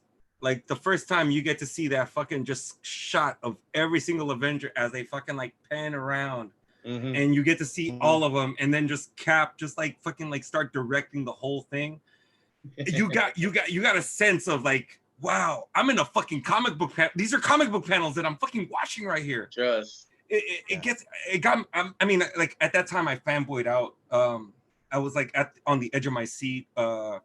And especially when he just looks over at fucking Hulk and he goes, Hulk, smash, and fucking Hulk smiles and he fucking just takes off. That had like the breathtakingness. For me, it took me back to being like fucking 8, like reading a comic book, or like when I was 14, fucking like watching the cartoons. It just like made me fucking like, thank you. It made me say thank you for the first time for Marvel. Like super thank you. Like thank you. All right, number 4, Bishop. Let's see. Okay. My number 4. This is my DC shit. Oh, Oh. I All got right. Remember in Justice League when they fucking got Superman's ass up and Superman was pissed the fuck off? Oh, I got it. Yes. My favorite fucking shit is when, what was it? Flash. Wonder Woman got the lasso around his ass. I forgot what Cyborg's fucking doing. But the ill shit to me is when fucking Flash is running and then Superman just stops it like, got your bitch ass. That shit was hard to me. Yeah, that was a good. That I was the best love scene in that that shit movie. because that movie was so dark, and even better, it shows collateral damage. What would happen if, oh, you're responsible for these people's lives? But even fucking more so, that fight scene was just ill to me, yo. Yeah. Superman was pissed. That to me, Yeah. the first time I'm seeing Superman just being a pissed off asshole. Like, fuck you. I was in heaven. I was talking to Jesus. Me and fucking Kal-El and fucking Ma Dukes was having a good time. You brought me back. Fuck you, fuck you, fuck you. Like, that was hard to me. yo. That was great. I love that little look he gave him. The Just, look. Trust. oh, yeah, oh, And- oh, and I- I- Flash's I- look in was just return was he couldn't great, see too. me? Like, oh my That's god, no definitely my way. favorite scene. And he's like, Mhm. Great. That was a good one. Well, unfortunately, I think that was a Whedon. That's a Whedon thing, so that's not gonna Yeah. be. That's not gonna be. But you know what? Even though that to me, that's actually to me a great Flash moment. That's a great. Yeah, that was a great scene. I That's love a Yeah. great Flash moment. Man. yeah. it. Alex, number 4. Well, let me see. Alex. Number 4, following up with Rick, Avengers, pretty much Hulk smash in the New Avengers. York. Like Hulk. Oh, battle. Hulk, Oh, Hulk. basically. The Hulk. Like the Hulk. Hulk, when stupid he, Hulk. I was watching Hulk smash. I was watching Avengers the other night, the first one, and everyone was talking about it, and rightfully so, was the whole Hulk scene when he's jumping on the buildings, he's smashing everybody, and he's just going crazy, like he's hulking out. And Hulk out there getting And we shmoney, have- yo. we haven't seen hulking out since that movie, like to that level. a good But Hulk. that's what the Hulk. That's the best what Hulk movie. Is That's the you know, best Hulk he's Like movie. a force Yeah, of Avengers. nature. Yeah. He's super Shmoney powerful. Hulk, He yo. smashes, like, and yeah, that's my number 4. Is basically pretty much those Hulk scenes in that, from that fight when he's jumping on the walls, he smashed the Katati, Tari. he fought Thor, he slams Loki, all that is fucking dope, man. Nice. Yeah. All right. My number 4. I'm gonna go Batman. Batman and Batman versus Superman, the warehouse scene. That scene when Batman fucking breaks into that scene and just beats the shit out of everybody in that. Oh man, I love that scene, man. That's straight up fucking Frank Miller. Yeah. Fucking just fucking. He Oh, got just, money in that fucking scene. Yo. dude, Yeah, that's my favorite Batman scene in Yo. any fucking movie, man. Because he's fucking Batman, dude. He just goes in, wrecks everyone, takes everyone out, man. Ah, it's just a beautiful fucking scene, man. The choreography is fucking amazing. It's so fucking good, man. I love that scene, man. Dude, Batman rock bottom somebody in that scene. I'm like, and just honestly, I was like, that's one of my honorable mentions. I can't fucking. I wish I could be on my top five, but Batman rock bottom some. It's like I'm as a Batman fan, I'm super happy, and as a fucking wrestling fan, I was just like, thank you, bro. Like hella happy, bro. He rock bottom somebody. Rick, what's the number? Okay, goddamn. Let me see. What do I got? I put that as my number 5, right? So let me mark this as my number 5. God damn it. So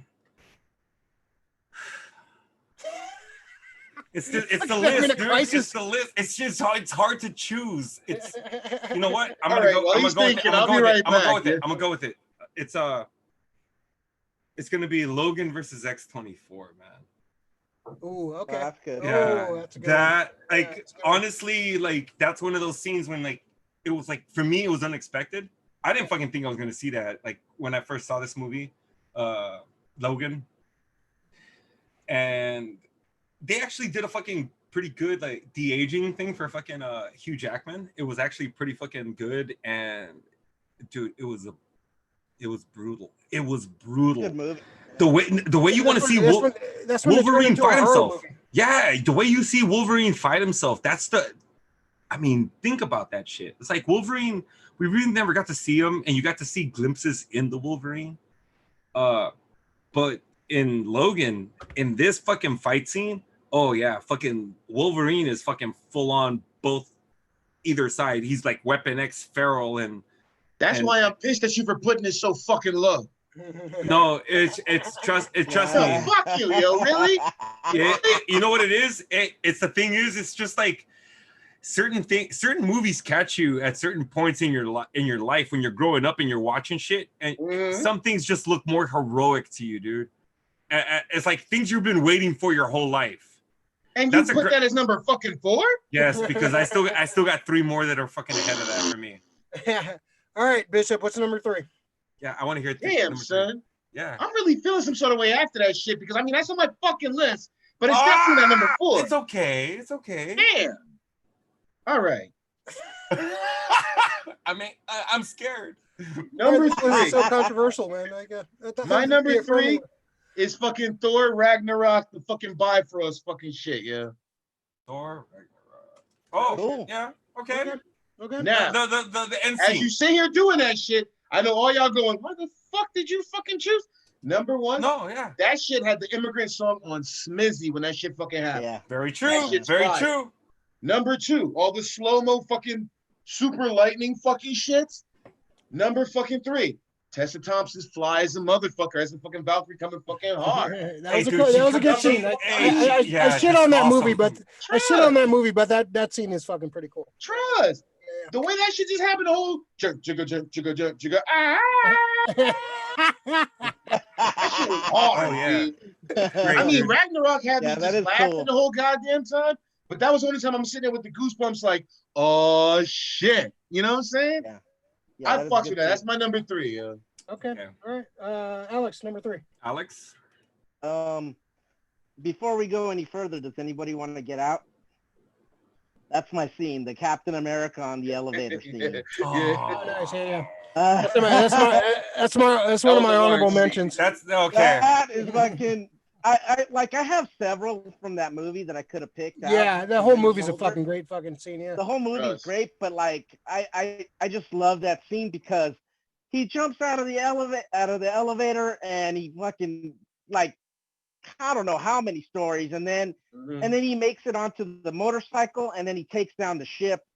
That was fucking that was awesome. Yeah. That That brother scene- ate his Wheaties that fucking day. Yo, there was nothing but ass kickery in that shit, son. Nothing but ass kickery in that shit. Yo. that was and that great, whole hard man. shit was. Before this happens, anybody else want to get off this motherfucker? Yeah. Like he just asked you. That's some big dick energy shit right there. Yo. Yeah.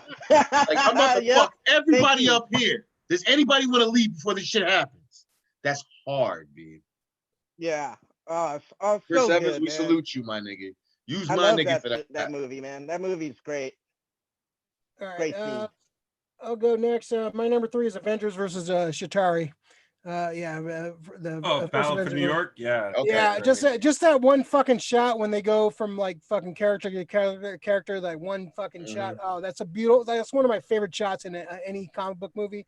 It's just great seeing they're all using their powers. They're all like kind of helping each other out. Just that great shot of them like Yes. moving around. Just a great like add the Hulk stuff into it and like yeah, Iron Man shooting Cap's shield and like deflecting on somebody on the other Shatari. That scene is amazing. Beautiful. Like I still love the first Avengers movie. It's a great fucking work of cinema, man. It's a beautiful fucking flick. That fight scene is amazing. I love that fight scene. Yeah, that's my number 3. Avengers versus Shatari. Rick, what do you got? Number 3. So I should have fucking jumped in on theirs because my number 3 is actually Captain the Elevator, bro. To me, like how Alex hit it, he pretty much tells him he just like he has a moment where he just fucking like realizes he's in a fucking no-win situation.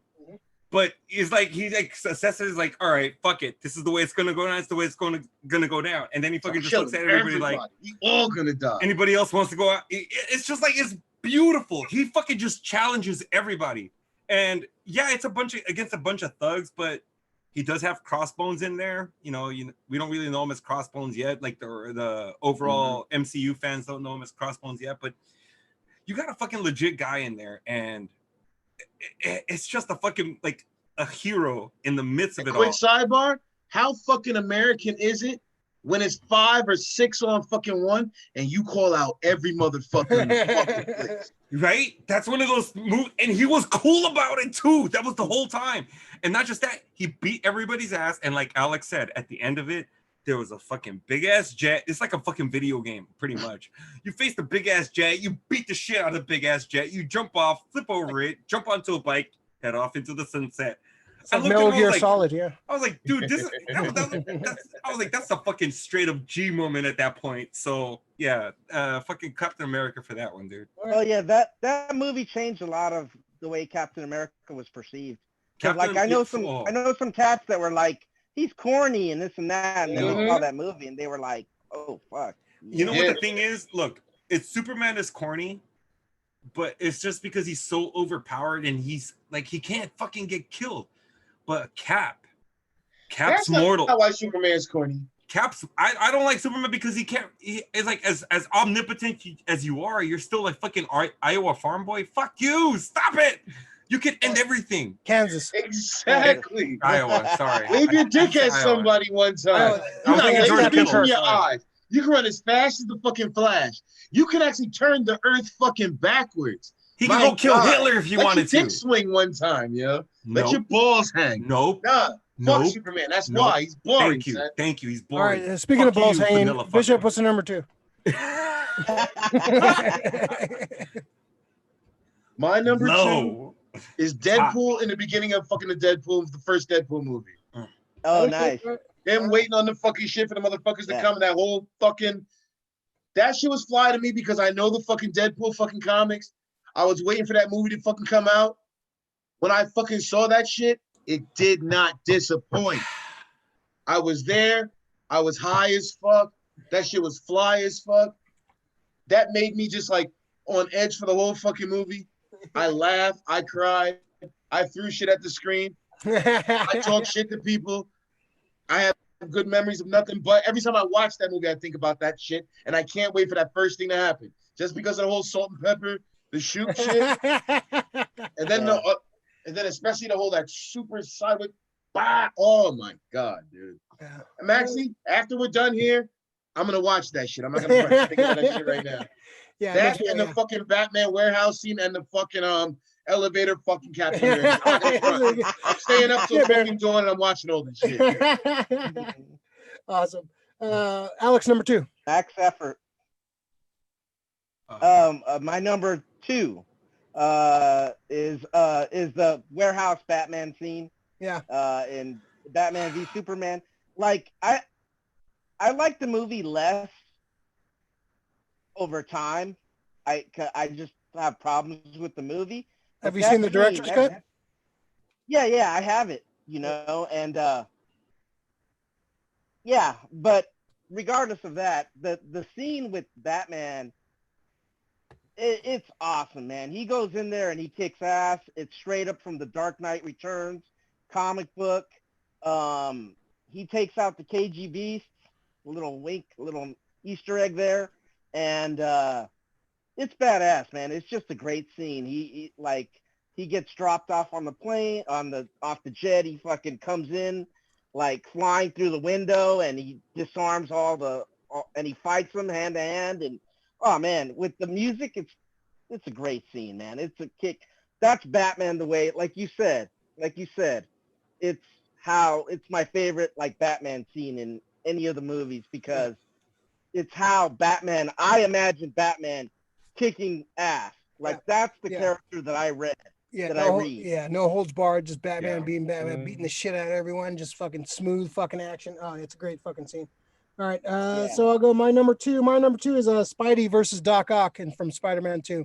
Awesome. Just that whole battle from the top of the building to the train, just like that pretty much was like the first, like, this is what comic book fights in a movie should be. Just fucking Spider-Man and Doc Ock going at it, beating the shit out of each other, man. Yes. Just that whole fucking scene on top of the train is amazing. Just a great scene, man. There's like when they released it on DVD, they kind of added a couple extra like seconds to it. It even adds more to it. Just a beautiful scene, man. It's definitely one of the best like comic book fight scenes in the movies. Yeah, Doc Ock versus Spidey, man. Just a great scene, man. I love that scene, man. Yeah. Definitely the most memorable out of all the other Spider-Man from the first few Spider-Man movies. I'll give a shout out to the first like Green Goblin, like the last fight with Green Goblin in the first movie. I love that scene too. But just Spidey versus Doc Ock and Spider-Man 2, just that's my number two for favorite fight scene in a comic book movie. So Rick, number two. Let's talk about this scene some more, dude. Fucking definitely. Definitely. Spider-Man versus Doc Ock. Other than like Spider-Man versus Green Goblin. I know you're number one, Rick. Yeah. Well, it's probably my number one. Maybe. Spider-Man. Oh, I want to know now. Spider-Man versus I'm mad with my number one. Spider-Man versus Doc. I already know. Spider-Man versus Doc Ock. I think this is.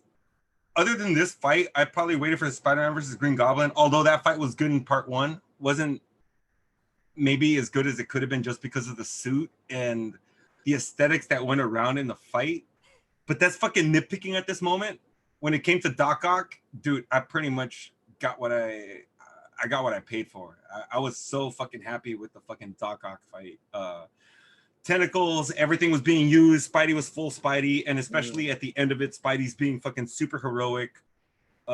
Saving the train. Yeah, it's just like that was dope. The thing is you're about smart, it, but you're lazy. It gives you goosebumps the whole way through until even the very end when they're like carrying his body and they're like, he's just a kid, like he can be my son. And it's great. That fight doesn't end until that fucking final scene, and he gets up and he just fucking like goes away, and he gets in front of fucking like the people get in front of fucking like Doc Ock, and everything just leading up to the whole thing.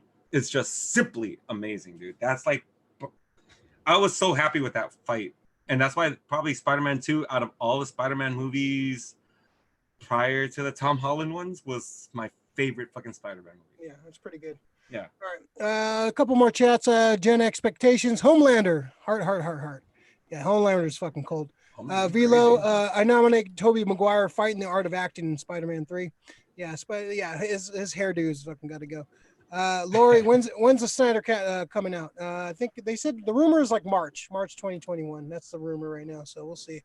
All right, so we're gonna go through our number one picks. Let's all go through our honorable mentions first. A couple of honorable mentions. Bishop, you want to shoot through your honorable mentions real quick? Am I gonna do both my honorable mentions or just one and then come back? No. Just throw them both out. Shoot them out. All right. Both my honorable mentions are. What was it? In Blade 2, when you first saw the blood pack come in, and the ninja niggas. What's that nigga? I'm the black guy and the fucking daughter. They came through You know what I'm talking about, right? Nisa, yeah. That shit was fire to me because what was it? That was the first time for me seeing like CGI, like motherfuckers like jump and flip and go wild like that. That shit was ill. It looked damn near like the fucking shit. You know what I'm That saying? was great, man. Fire business. Yeah, all right, that's a good scene. Yeah, I like the first scene from the first Blade movie too. The opening. Oh, scene. the opening scene from the the blood bar, that was great, dude. That's a good one. Yeah. Yeah, but I like Bishops too because I'm a big fan of the Guillermo del Toro Blade too. Yeah. Hit the lights, bing, and then all that. Great. Oh, that shit was fire. What's your second honorable mention? My second is Black Panther versus fucking Killmonger in the fucking end of that fucking movie. Yeah. The best shit to me is smacking him off the fucking cliff. You're fighting all the way fucking down. You get to that fucking train fucking shit, how it tears your fucking suit apart. I don't fuck all you. I don't give a shit. Tears your suit apart. You're going back and fucking forth. And you know what? I'll play the race card in this one. Fuck everybody because number one, I saw. You can only use that like 5 more times. In a hero capacity. No, I'm not gonna do that shit. But I don't give a shit.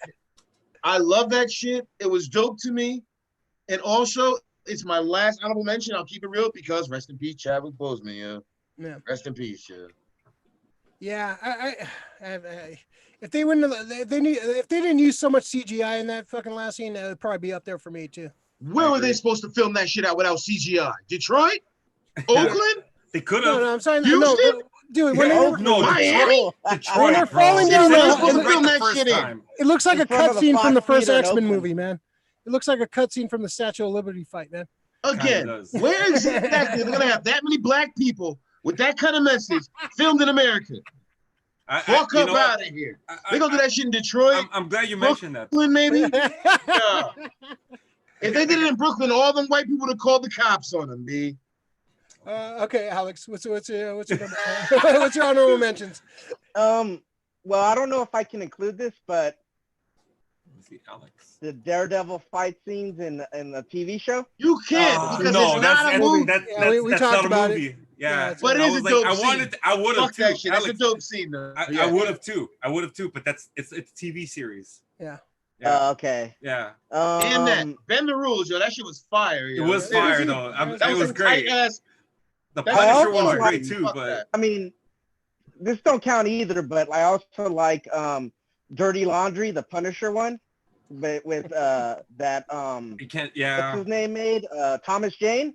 Yeah. Oh, that's a good one too. That's pretty badass. That's a good one. Yeah, Dirty Laundry. Oh man, that's brutal. The Dirty Laundry fight. Yeah. I guess. Yeah, that's friggin' awesome. I'll say the Doc Ock scene is straight up like out of a comic book. Yep, I agree. The Doc Ock versus Spider-Man, and I'll throw in another Captain America scene. Basically, when he gets off, when he jumps out of the plane and he gets on the ship and he fights back, aka George St. Pierre. Yeah, that was a great. The Batrock fight's great. That's a good scene, Batrock Cap. Yeah. Yeah, that's a good one. Yeah, that's good. Good shout. So I'll go with the Civil War airport scene as one of my honorable mentions. Man, it's a great scene. It's not on my top 5 because it didn't really have stakes. They were kind of holding back on each other, so they weren't going balls out, fucking trying to fucking fuck each other up. But that's definitely a great scene. And then I'll go with Thanos versus Stark's squad in Infinity War. That was an awesome scene, man. Like he's he's just throwing fucking moons at him. Yeah, and just great. Fucking bringing shit down. Yeah, Thanos is just fucking owning him. He's just fucking owning him so fucking hard, man. I love Infinity War. Like that's definitely one of my favorite fucking ones. But that fight scene is great, man. I like how they had him. They were so close to having him. And just like one little hesitation, Thanos fucking wins, man. Don't fuck with Thanos, man. So yeah, Rick, what's your honorable mentions? Big chin. All right, dude. So I'm thankful that a lot of you guys had like my honorable mentions. The final battle in Endgame, Batman versus in the warehouse was fucking awesome. The Deadpool opening highway scene was fucking pure fucking fire. So. The one I have on there, I also have Hit Girl from Kick-Ass. Yeah. How Damn. she just fucking just Nice. like coming through fucking with like Joan Jett just fucking Yeah. playing in the background. Oh, and yeah. just leveling the whole fucking room. Guns, martial arts. It's like what more than the fucking can somebody ask for as a comic book fan? You get guns, martial arts. It's like having Deadpool almost, but it's like a fucking 13-year-old girl that's just leveling the shit out of everybody. It's fucking dope. It's fucking great. You saying that is making me think about Scott Pilgrim now too. Yeah, whole dude, fucking Scott Pilgrim fucking had some fucking fights. fucking Yeah. Hell And I was, yeah. dude, I was Eating trying to think out of the greens? Hell box. yeah. Yeah, I was trying to think out of the box with a lot of things because we think That's hard, superheroes actually, and yeah. I think comic books, Scott Pilgrim had a lot of great fights. So another one for me is as much as you love the Black Panther versus Killmonger fight at the end, I love the Black Panther Killmonger fight on the fucking waterfall. I love Killmonger Yes, whooping actually, his yeah, you're right. ass, dude. Yeah, To me, I prefer that one. I'll Too. give you that. I'll give you that. Oh, Yes. dude, that fight to me is That was fucking good, yeah. super legit, and he's That's why I kind of whooping wanted the his last fight to have ass. more I of that love fight. Chadwick You know Boseman. what? There's no slight on him as an actor. He played that shit. He sold it great, as the wrestling terms go. But dude, that particular fight is one of the fucking best fights in Is this comic your book. king? Do that nigga the clip. Yeah. And the yeah, big and the big yeah. thing about that, the bad guy wins. Yeah. Or in at least in comic book tropes, the bad guy wins, and it's Just like awesome. in real life. Trust, yeah. Well, you're right. it's the Empire Strikes Back in the middle of a movie, which is awesome. That one moment where it's just T'Challa's at his darkest moment, the fucking villain's at his brightest. The villain's got he's the king now. The fucking T'Challa's gone. But you then, see, and a black nerd brought that to you. Remember. but like I said, I love the fact that at the end it was a fight between them. I just wish Yeah. it wasn't as much CG as that fucking opening fight with That's them. what Was, killed it for me, and the CG Yeah, kind of killed it. it's the CG because the thing is, you saw what they did man to man without CG, With and they could have practical done that. effects. And they could have done Yeah. that That's what I fight. wanted. They I could wanted have them done to that like- fight. That alone destroys my whole fucking argument, everything I want to make. Yeah, no Yeah. powers. He threw his ass over a fucking cliff. Oh, it was fuck awesome. you, yo. It was Yeah, awesome. no, trust. It was awesome. Yeah. It was You know awesome. why he has Like- some pock marks all over his body now. It Stupid. was awesome. It Yeah, was awesome. trust, you know. Yeah. All right, so folks, if you're watching right now, please hit that like button, subscribe and to the subscribe. channel. If you haven't, like and subscribe to the channel if you haven't already. We have 2 likes. We should get up to at least 5 or 6 right now. We have 7 people watching, so everyone 3. like the video. Well, all 4 of us are gonna like it. I love Yeah, that. I hope so. I hope so. Well, Alex, I'm waiting. I'm waiting. All right, I'll so dislike Bishop, it. you're numero uno. What's your number on Oh, here we go. Let me write this. comic book movie fight scene? Fucking Rick. My shit is fucking Wolverine versus X-20 motherfucking 4, yo. Yeah. Fuck out of here, number 4. That shit was so goddamn bloody, so goddamn violent and proper. Come on now, B. I'm gonna How watch bad that is tonight. that? Now, 'cause put you said yourself that. in old boy's fucking shoes, all right? And I know I'm biased right now. Wolverine is my favorite motherfucker, right? I'm an X-Man fucking nigga. My top 3 is Wolverine. Number fucking 2 is fucking Gambit. Number 3 is Nightcrawler, all right? But as a Wolverine fucking lover, all right? Imagine you gotta fight Wolverine, god damn it. And not you yourself Younger as an version. old nigga. You yourself as a young man. And you're in straight berserker mode? That shit It's like stupid. fighting Weapon X. But the only fucking savior you have is X-23 because you finally bonded with her. Come on now, B. It's like fighting Weapon X when you're at the fucking end of your rope. It's fucked up. I get it. That shit was hard. It was violent. It was crazy. It was good. The shit, CGI, whatever the fuck, that was a violent ass fucking fight. Come on now. That's Yeah, great, man. good. Like, I like how they just turned why dark too. My number Like 1. before, it was like, oh, it's kind of like a whatever, like it's an X movie, and then it just turned into a Just. straight It horror. turned into a horror movie. Yeah, it Yeah. That was was a great, good dude. movie, man. I loved it. Plus, like Old that Man too. Logan was my favorite fucking graphic novel, like point blank. It's a you know good what I'm one. saying? It's a good So one. that was my shit. When I heard Logan, I like the movie I better lost. than the graphic novel. Yes, I agree. So do I. What happened? It's a good pick. I like the movie more than the graphic novel.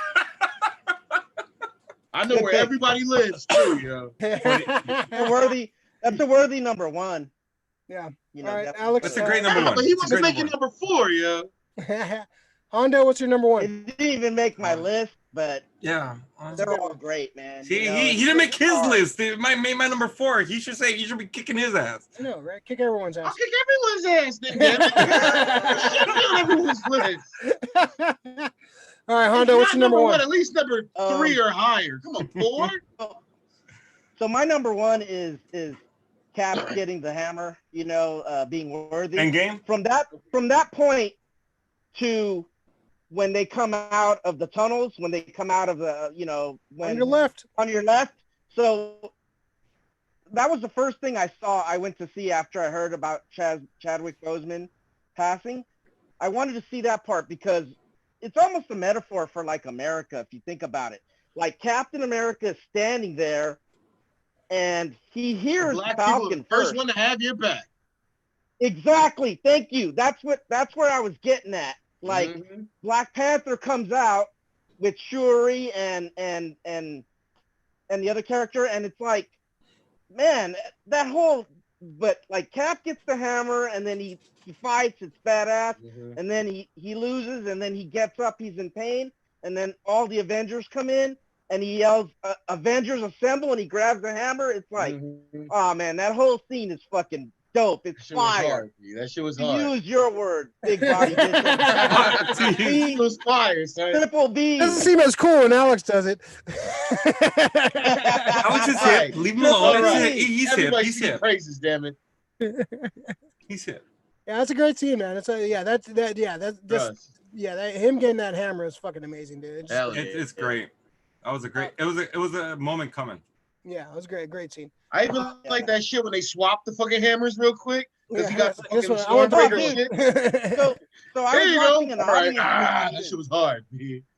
In preparation for tonight's show, I was watching an audience reaction for when that scene happens with the hammer, and then when Panther comes out and he has that look on his face. He has that like Chadwick Boseman has this look on his face, like, you know, it's just regal and it's just badass. Trust It's me. like it's sick, man. That whole scene, like it's all the Avengers come together.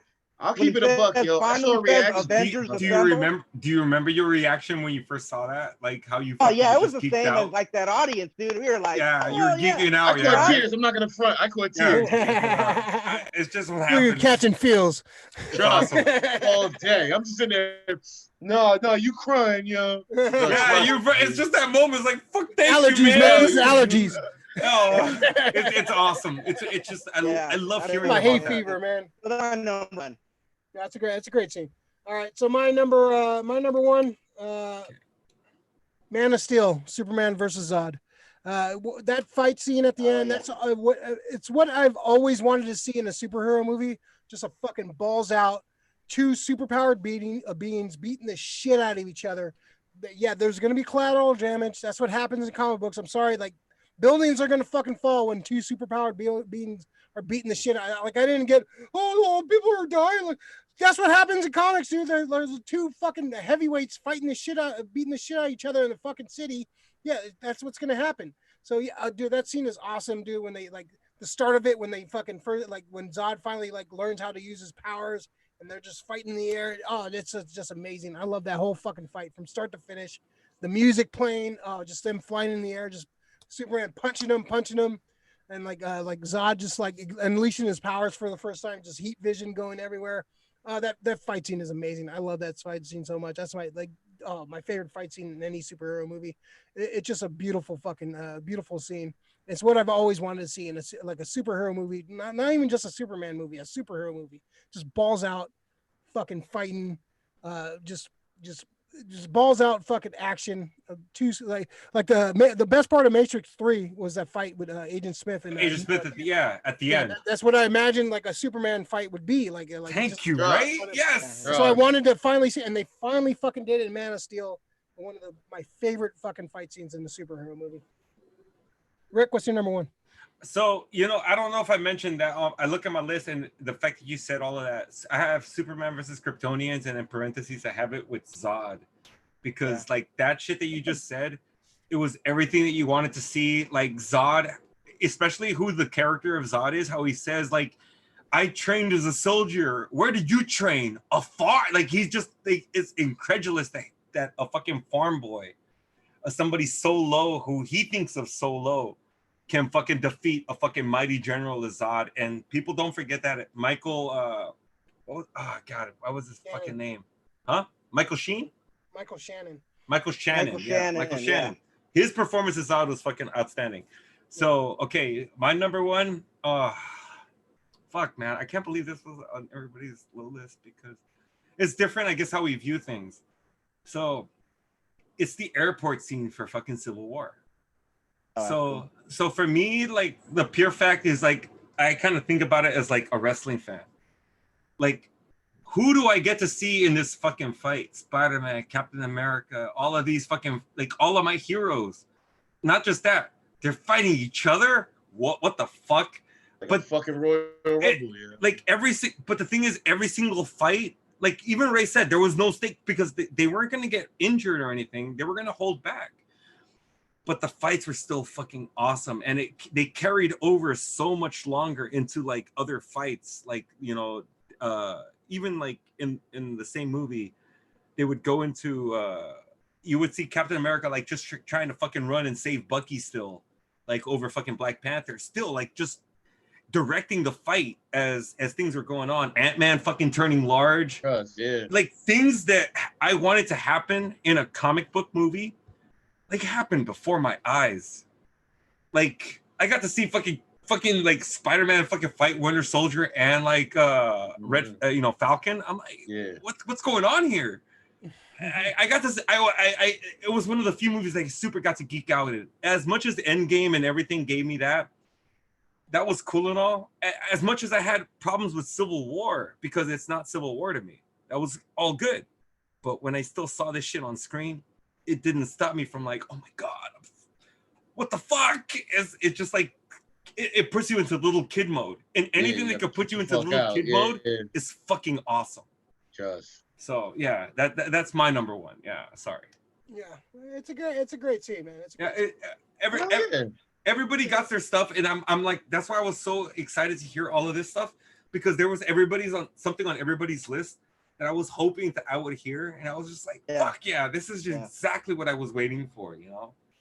Like everybody, yes, some shit I knew about. I was like, yes, yeah, it was great. It's great hearing about everybody's stuff, you know. All right. Yeah, that was a good list, man. Yeah, it was fun. Yeah, you could definitely do like a top 10 easily on best comic book. Yeah, the best is yet to come. Man. We got some good comic book movies coming out in the next fucking few years, so this list is probably going to change. Like, we'll ask the same question. Some Shazam shit might come out. We never know. Shang-Chi might have some good fucking. That Black Adam shit looks fire, my nigga. Black Adam, you know, it's that shit looks fire. Yeah. Right now, I'm telling everybody, it's a great time to be a comic book fan. Everybody says like, I'm tired of these comic book movies. No. Like, we want these comic movies to be made because once they're made right, they can continually make them, and they know the formula. Marvel found it early. Just like there's mafia movies, there's fucking, you know, there's like they just got to do them right. There's whole genre now, yo. It's so genre. It's a genre. It's a mythology. It's a new western. It's a new crime movie. It's a new fucking, you know, drama. It's the modern day mythology. You know, these Superman, Batman, Wonder Woman. These guys are genre with fucking canon too, yo. Yeah. All right. So let's run through the pull list. So pull list is what you picked up, what you watched, what you listened to, good or bad, whatever you want to talk about, what you want to recommend or share with the group. So Bishop, we'll start with you. What's on your pull list this week? Mine is Cobra Kai. Yeah. I thought it was corny as fuck when I saw the concept on fucking YouTube. I didn't want to waste no fucking time with it. We got bored as fucking fuck during this quarantine shit. Dead the fuck ass. That shit is fire upon Babylon, yo. That shit is hard body. It's funny. It's dope. It has that good, like that good proper sprinkling of fucking cheese, like Parmesan on a pizza. If you're a nerd like that, it's full of fucking Easter eggs. My favorite shit is actually, I don't know if I can give fucking. Actually, can I give fucking spoilers right now? Like give it. Yeah, it's fucking 2 seasons in already. Fucking go ahead. All right, fuck him. My favorite shit is when they're fucking marching to the fucking shit for that first Valley fucking tournament. Cobra Kai, Cobra Kai. I was waiting for it the whole fucking time. When they gonna do that Cobra Kai march? When am I gonna see Dutch? When am I gonna see Bobby? Got to see that shit first season at the end of that shit. Got to see the fucking old crew. Put him in a body bag in the second season. Oh, that was, Also, my good. man That was had probably my cancer. favorite episode. It Of fucked That was me a up. heartwarming episode, man. Dude, he had cancer. That shit made me feel fucking so fucking bad, yo. That was good. They It was have lives, fire, bro. yo. They have lives. These people fucking Trust. evolved from where you fucking saw them last. And that's You- what was fire about it, yo. I don't know if it was that fucking well done for YouTube or whatever the fuck, and they put budget behind it for Netflix. But either way, I'm a fucking believer, yo. Yeah. And real talk, Barney Stinson was right. Daniel LaRusso's a bitch ass nigga, yo. I agree. Fight me outside. I'm from Jersey and I'm saying that shit. I'm just What is glad it? people Right right there. now. Yeah, like, yeah, he's on the fucking He's Danny on it. LaRusso. Danny LaRusso's on the Mount Rushmore jersey, right? he's on it right now. Sinatra, Bon Billy Jovi, Joel, yo. fucking fucking James Gandolfini, Kevin Smith. Springsteen, man. Kevin Naughty by Smith's on there. nature. Naughty by Exactly. It's James Gandolfini. It's Tretch. It's fucking Paulie D. Fucking Springsteen. Bruce Springsteen. And who's the last nigga? Kevin Smith. Yeah, exactly. Here we go. It's Kevin Smith. No Kevin Smith's on Sinatra there. now? What the fuck? What else you got, Bishop? Honestly, that's it. Cobra Kai. That's it. That's I Oh, just Such an really awesome love. show. I love the way Johnny Lawrence is not politically correct. Yes. You know, he's not PC. He hasn't And- evolved. and, He- like, he's- I he- remember that- he's still a man of his time. He's still a man of his time, and I Yeah. remember those times. I lived those times, you know, and I understand how like culture is changing, the world is changing, but like motherfuckers are still stuck in that Mhm. you know, and that's truthfully, you know, that's just the way it is, you know. Sure. We kind of got to deal with it There's at our there- job, the, you know. the best thing about Oh, fucking yes. Cobra, Anyways, So best what's thing your, about Cobra Kai, it makes you feel like all of our ages when we watch that shit, we can relate to fucking characters like fucking Daniel LaRusso and fucking like Johnny Lawrence. That's the best thing, because like if we knew guys like them in high school, it's like you afterwards you see them and you're just like, all right, I can kind of relate to you guys now. But see, but that's that fly shit though. The bully fucking nigga from back in our fucking youth is giving the nerd motherfucker of today that confidence to fuck somebody up. Right? That was fire to me, yo. No, but Especially that fat black girl with the glasses when she's whooping everyone's ass because he gave her that confidence. but just She was but like, ju- yo, fuck that guy up. but you know that what? was hard to me. yo. But just imagine in the Karate Kid if fucking Johnny beat his ass. He Oh, wouldn't be the God. same dude that he is right now. He Daniel that one LaRusso moment did- changed their he whole did life. use bro. that was illegal dumb move funny on- to me though. The end of that fucking first fucking tournament where The he one made moment that changed their fucking bo- Miguel nigga do the fucking crane kick. It changed and their he fucked that it changed dude their, up. That it was changed their funny. paths. It changed their paths because it like in the first episode, they fucking zero in on that one fucking trust. moment. You know, it's like this is because illegal he move, lost. man. This is where he Illegal went. It Daniel was LaRusso illegal. went this Thank way. you. That shit was illegal as fuck, yo. It was. It was. All right, Alex, what's on your pull list this week?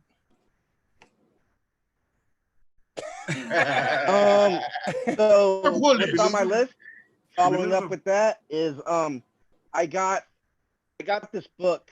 I followed a Kickstarter, and it's called Good Movies as Old Books. It's by this guy, it's artist Matt Stevens.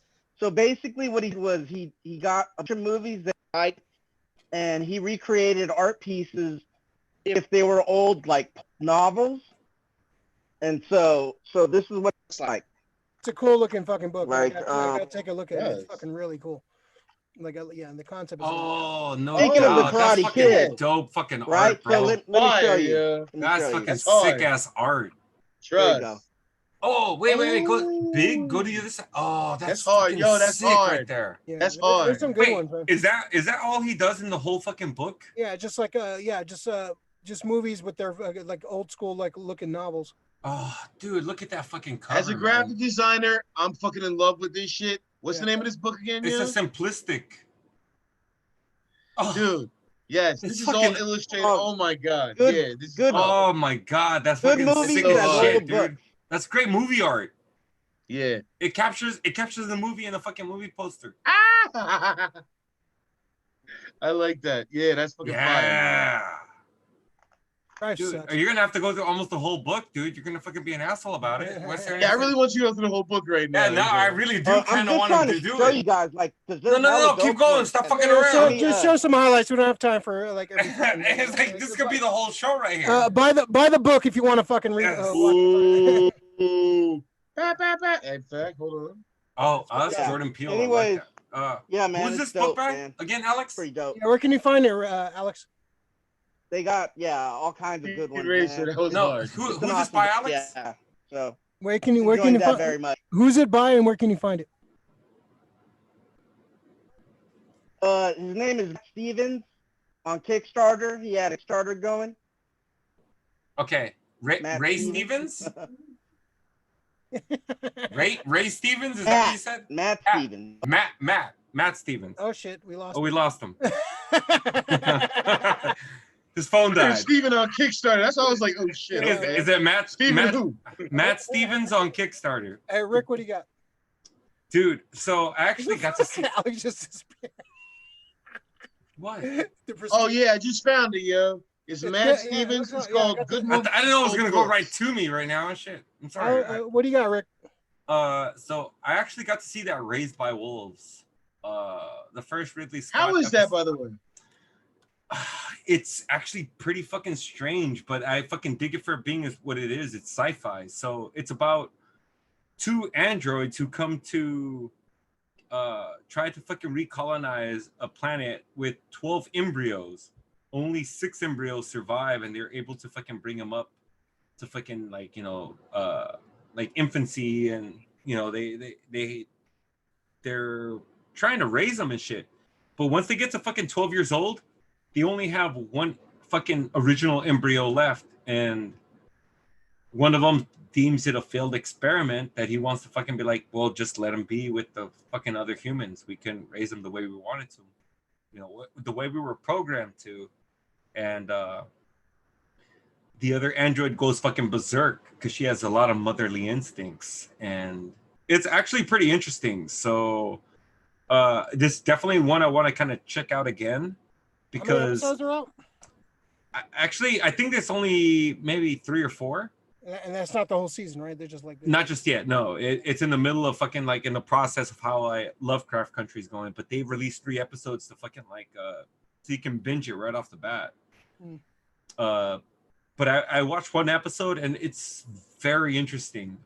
So the main kid is named Campion, and he's the one surviving embryo from the raising of the 2 androids. And she's already procured, I think, 5 other children from another colony. So he's not alone. So it's not a failed experiment. And that's where I last left it. Okay, check it out. It's pretty decent. There's a lot of shows I want to catch up on. A lot of people have told me a lot about a lot of shows, but this one definitely caught my eye because it's Ridley Scott. Yeah. All right, what else you got? I don't know. As far as all of the new stuff, please watch Lovecraft Country. I was gonna watch a movie called. Oh, you know what? Thank you. It's a movie called #Alive. So right now there's a movie called #Alive that's on Netflix. It's the one thing I was actually texting right before I jumped on to the show today. So it's another Korean zombie flick. But it's very interesting in the fact that you're living in a complex. Think of the guy living in one part that you can see across to another complex, almost like a projects. But he's by himself the whole time. He knows that people above him are dead. He knows people below him are dead. He's hearing things about the fucking the outbreak that's going on. He goes outside and he looks outside over his balcony. He can see everything happening below him. And he's about like 18, 19 years old, probably like an unemployed dude playing video games and shit. His parents are taking care of him. He's trying to get fucking, he's trying to get message. No, that's what I mean. He's trying to get fucking messages out. And but dude, it's I actually liked it. I just watched Peninsula last week, and as compared to Peninsula, I think this movie's so much more original. The fact that you're having to be, you can see somebody away from you that's probably the only other survivor that you can see, and they have to try to make their way towards you, or you have to try to make their way towards them. It puts you in a different mindset when it comes to like zombie survival. And when it comes to zombie survival movies, that's what we're looking for, the new fucking niche. Train to Busan was one of the fucking newer ones. And I think that right now it's called #Alive. It's on Netflix. Train to Yeah, Busan's on my list for next up, Yeah, yo. dude, Deadass. check that fucking movie out, dude. I love Train to Bet, Busan. bet, bet. Train to zombie Busan's a movie must along- watch. Best zombie movie. What was it? I saw Vagabond, and Vagabond put me to fucking Train to Busan. Train I to still have Busan. yet to watch it. Oh, yeah, But yo, if you got a you'll chance, dig- watch Vagabond, yo. I'll watch. Is it on Netflix? Or what's it on? Yeah, it's on Netflix. I'll watch it. I'll check it out right now, right Okay. after I finish this right here. Trust. Vagabond's hard, my guy. Vagabond. All right, so my pull list, I got 21 Bridges. Speaking of the big, great. Oh, Chadwick yeah. Boseman. Oh, I gotta go put that on my fucking It's digital. I really dig it. I heard like mixed things about it, but I felt it was definitely an old school kind of crime kind of drama. Yes. Well, like the a actors Die are Hard. great actors in it. Like I like, and you can really tell now that you know what he was going through. He was definitely really Mhm. fucking. You could tell he was sick in this fucking movie. You can tell like you just see the No. look at him. Yeah. He's a Color badass in just this a little movie. bit loose. Yeah, you definitely tell he was going through some shit, but he's a badass in this movie. I I kind gotta of rewatch it for that then, yeah. yeah, you can definitely tell what you know now. Like you can see, like you can kind of tell, like oh yeah, he's going through some shit. But it's well acted, great characters, man. Kind of a throwback kind of movie, man. It's not the best fucking movie ever, but it's definitely enjoyable. It's definitely worth checking out, man. It's very 80-ish. Yeah. yeah, when it's you think it feels about like an 80s fucking movie. Yeah, Had that vibe Yeah. to it, yeah. yeah, for sure. Yeah, I definitely. Yeah, that was good. Yeah, I liked it, man. I dug it a lot, and especially like seeing like Chadwick Boseman just being a badass. Great cast in it, man. I really, it was good. It was a fun movie to watch, an enjoyable movie to watch. Kind of a throwback kind of movie. I dug it a lot. Also watched King of Staten Island finally. I want to see that, man, really bad. How is that, by the way? It was good, man. It's one of the problems with Judd Apatow movies. It kind of goes a little too long, probably like 15, 20 minutes too long.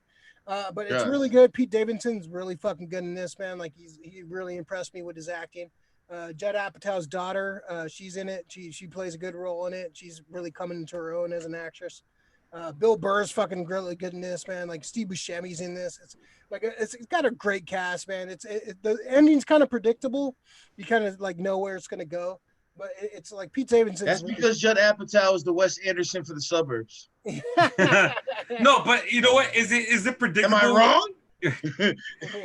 Is it predictable in a place where you're happy that it goes there? Yeah, but it's like where they kind of set up the story. Like you kind of like, oh, this Dude, if it's a This feel shouldn't good have a- movie, this shouldn't have a happy ending, but it does. If you Okay, grew up oh. in the Boondocks, you know every fucking angle of a Judd Apatow fucking story. Dead ass. You know those characters. You know the fucking plot line. You know how it's gonna fucking end. You see yourself, you're like, oh shit. In my case, I'd be the token black friend, you know, dead ass. They do have a token black guy in it. do they? But the actor's really well. Marissa Tomei is really good in it. Like I said, Bill Burr is really good. Like Pete Davidson's he really impressed me. Bill with Burr's that dude, you know. Yeah, Bill Burr is Well- really good in it. It's really well acted, man. I really dug it, man. He uses a lot. Pete He uses Davidson- a lot of comedians too from the New York area in the movie. So it's definitely worth watching. Definitely worth checking out. Right. I'm really glad I actually finally got to watch it. It's a really fucking good movie. Steve Buscemi was actually a firefighter too, right, in New York Yeah, I think so. before Yeah, he acted, and Pete Davidson's dad died in one of the World Trade Centers. yeah, 9/11. Yeah. Yeah, so 9/11. they kind of play. It's So- kind of almost like a semi-autobiography. Autobiographical, yeah. Yeah, there you go. So it's a kind of same shit, but it's fucking it's good, man. It's definitely worth checking out. Like I said, it's like some Apatow movies. It just goes a little too long, probably like 15 minutes too long, but it's still really good movie. Well written, well acted, really good fucking good, worth checking out for sure. And my last is a comic I picked up this week. It's a big ass trade paperback. This is It's not an omnibus. this is it might as well be. It's the first 18, It's a big fucking book. it's the first 18 issues Big of booty the books. it's the first 18 issues of when Wally West took over for Barry Allen after Crisis. This is like his first like first story arcs, kind of like when he kind of starting to come into his own. These are like, it's not the best stories, but these are very these are great to see where like Wally West kind of starts off in his career. Like he's kind of a dick, kind of an asshole, and you can kind of like see the progression of him like kind of growing as a character. So this is like the start of it. Like I'm so happy to actually see. Like I have all the floppies of this. I have them digital. Like I've read all these before, but just to see him collected, these are like Mike Barron is like the writer of the first arc, and then William Messler Loeb takes over. That's when William Messler Loeb is really a great writer, kind of an underrated writer, and he takes over, and it really hits a great stride. And it's fun to, like I said, it's fun to see how the character starts off and like kind of where he ends up, like during the Mark Waid run and the Jeff Johns run. But this is definitely like the beginning of it. So this has like the first 18 issues of the Flash series and the first annual. It's actually I'm so happy to have this collected and like people can actually like read this now. It's definitely like if you're a fan of the Flash, especially Wally West, it's fun to see like where he starts off and then where he ends up. So if you're a Flash fan, Wally West fan, I definitely recommend reading this and kind of seeing where he started and like kind of like, you know, like, oh, this guy's an asshole. Why are we rooting for this? And then you kind of see him grow as a character. Definitely like during the Mark Waid run. So it's definitely a great starting point if you want to start reading Flash. Read this. Like I said, they're not the best stories, but it's great to see the character development of Wally West, like how he starts off. So yeah, Wally West, Savage Velocity, picked up at Amazing Fantasy here in San Francisco. What story does that finish with? This starts off with the Vendel Savage. Like Vendel Savage is like one of his first enemies. He fights the Kilgrey. He fights he fights a couple like kind of low level villains like during the start. Like yeah, the best part is when we have art by Jackson Geis. You have art by Greg LaRocque. That's when he first comes in. Yeah. So it's the arts. It really kind of.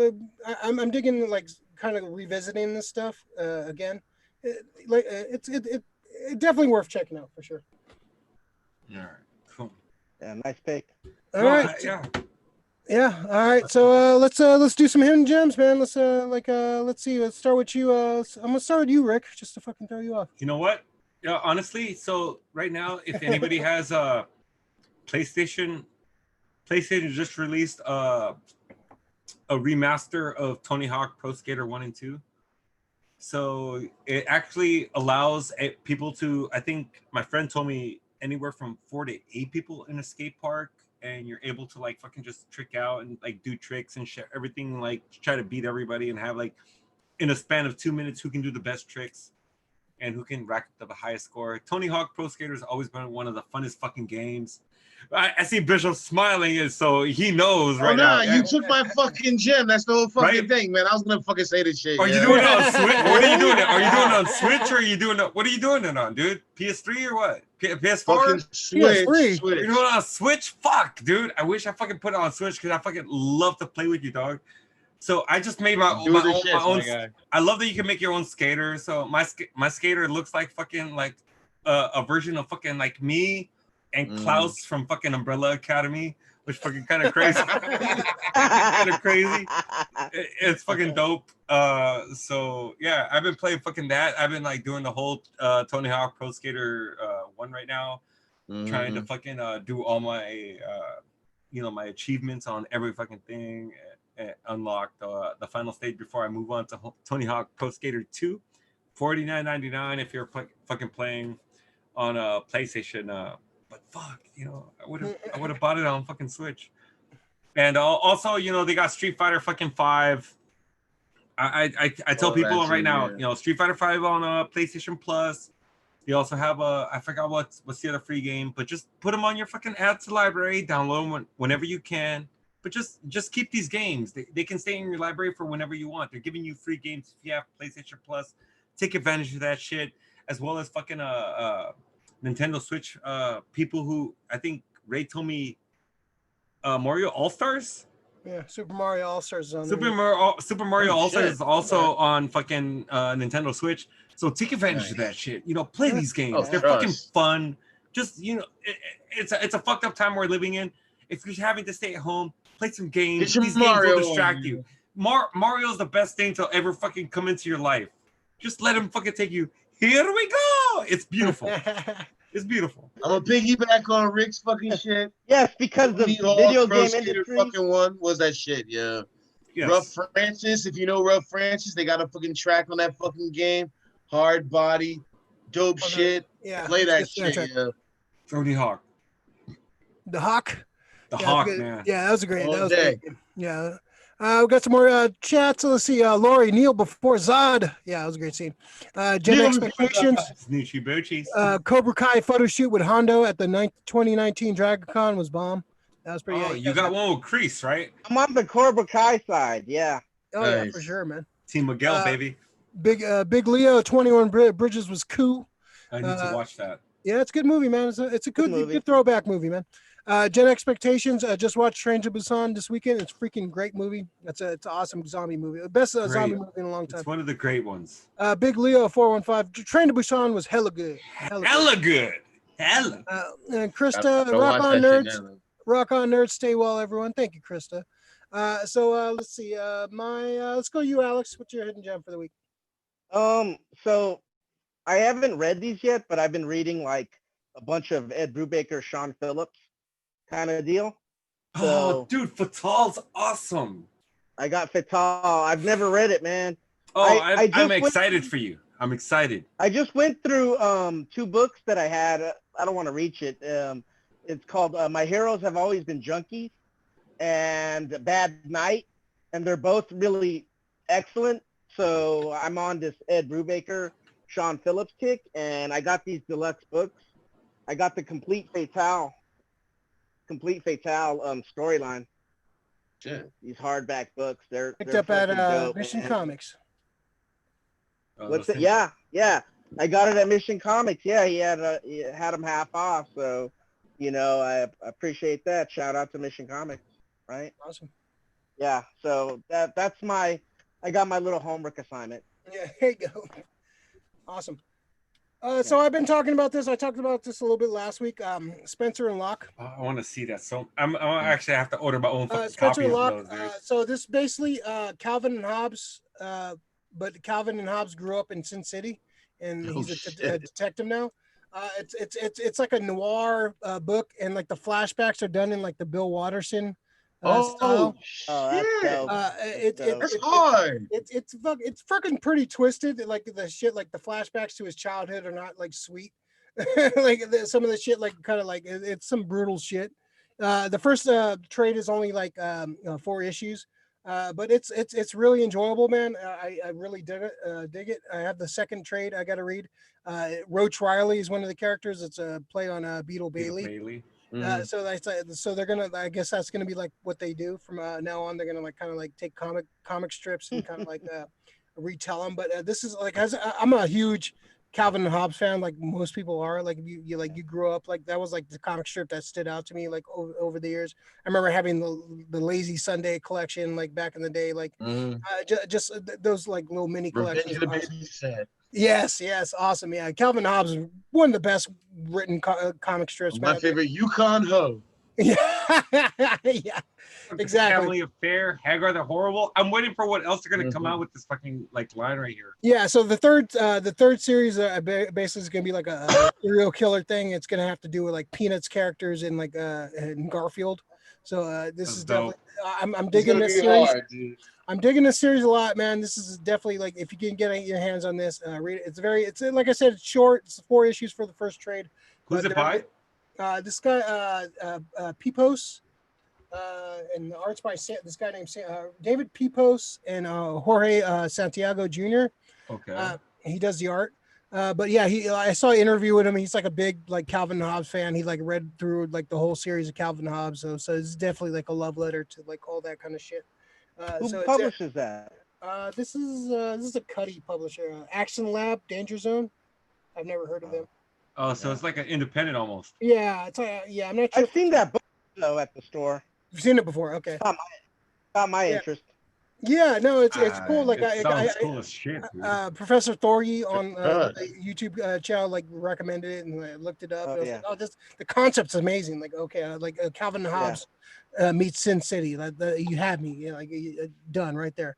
So yeah, it's a good That's good. That's a good concept, man. It's a good book. I enjoyed the first trade, so definitely check it out if you get a chance. Let's see. Big Leo, anybody know where you can fix a PS4? It's stuck on safe mode, and it's asking for a update or for file reinstallation. Anybody know where to go? Well, it's Not fucking tech support, Leo. No. Bum. It depends on what version of the PS4 if he has. If he has one of the newer ones or the older ones, he can actually probably pop it open, kind of just probably blow it free, and hopefully it's gonna get unstuck after that. 'Cause sometimes they overheat. Sorry. Sometimes you go through these problems.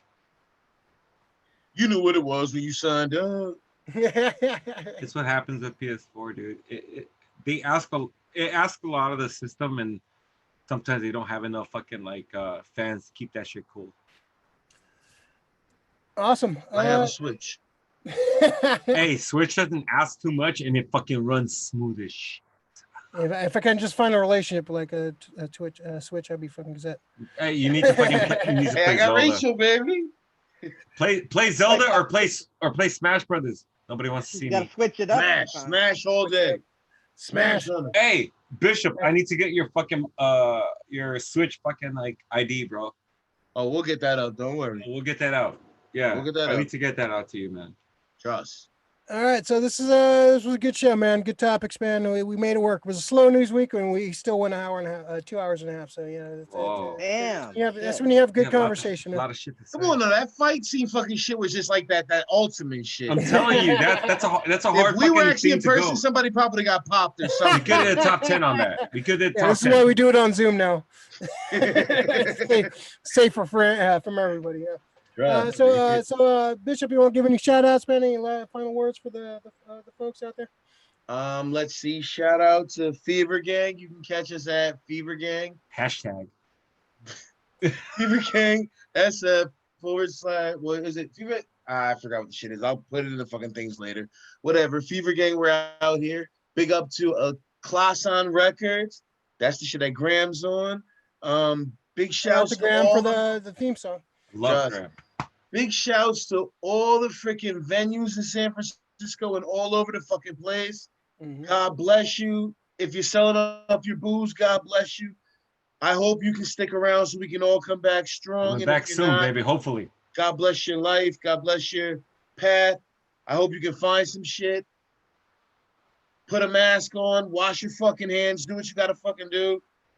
Stay inside. Go get a burger outside, but don't be a dumbass about it. That's all I can say, yo. I love everybody. Yep. There you go. Mr. Hondovich. Thanks for having me on the show again. Yeah, check out some of the recommendations that we gave, or some of the books that we have. I like to add little links to some of the stuff that I talk about. So I'll probably do that in the comments. Anyways, hit like and subscribe and share it with your friends, I guess. Like the video So, for Like watching the right now. video. I only see 4 likes and we have 6 people watching, so therefore the math. That's 5. Mr. Rick Racing. I just want to say thank you to everybody, and I want to piggyback on everybody what everybody's saying about being safe. So I'm out there every day, and I see people who are entitled with, I don't want to wear a mask, and I have to deal with you fuckers.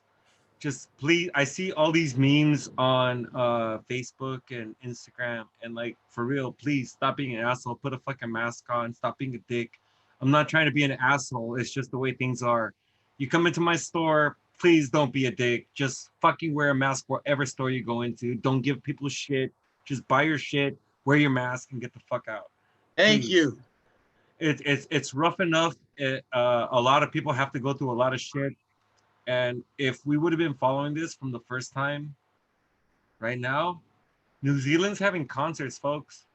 If we were America and we were like the best country in the world, like we'd like to preen ourselves to be, we would be having concerts too. But nobody can. fucking Wuhan, listen. China's having pool Stop parties, start goddamn li- it. yeah. Start Come start on. That shit Start started listening. there. start listening. Stay though. your ass Start at home, listening. yo. Just if you don't have to be out, don't be out for 2 weeks, please. If And also, I'm by one the that way- has to be out. Thank you for that extra 300 a fucking week from fucking the government too. Thank you, Big right? up. But if you don't have to be out, please don't be out. Stay your dumb ass at home. Stay because I heard at the beach they were fucking trying to do a Burning Man out here. Yeah, they did that shit. I heard that shit. They were popping fireworks. You can actually people are the worst, man. No, at but night you can't smell the fucking wildfires and shit like that. You're doing All of a sudden Burning. this shit sparked up again because Right, they're down by the beach wild. You're doing Burning Man when there's fucking like forest fires and shit out there because you want to fucking express religious freedom. Stop being a dumb fucking American and fucking shut the fuck up. Ultimate And just stay selfishness. home, please. Be fucking like part. Don't be part of the fucking problem. Be part of the solution, please, please. And that's my piece. Yeah, it's just people just stop being stupid. I'm enjoying this retirement, but come on, guys. It's got to end at some point. But yeah, America's fucking dumb as fuck. We're gonna keep this is gonna keep going for a minute.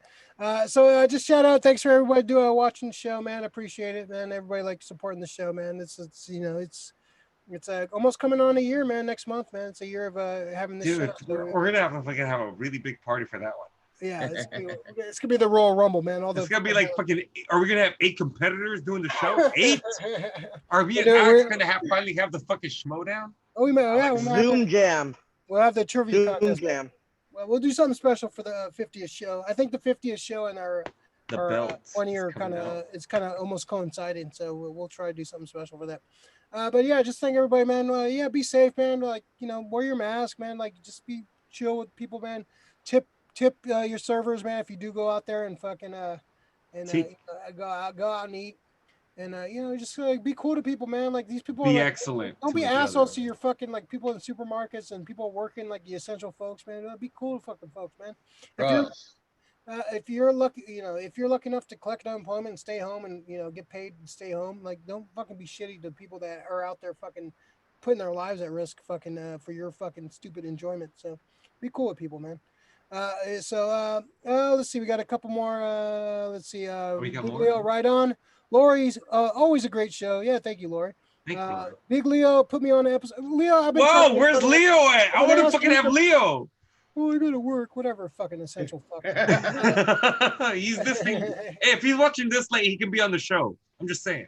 Let's see. Lori, anniversary show, vampire trivia between me and Rick. Oh man. Well, she wants to do that. Dude, right now, I'm chatting right now. Lori might get you, man. Lori knows her shit, man. Dude, that's not someone talking shit, yo. You know what? Hey, the gauntlet is thrown, man. Even if I lose, Rick's always fucking ready for the challenge, bro.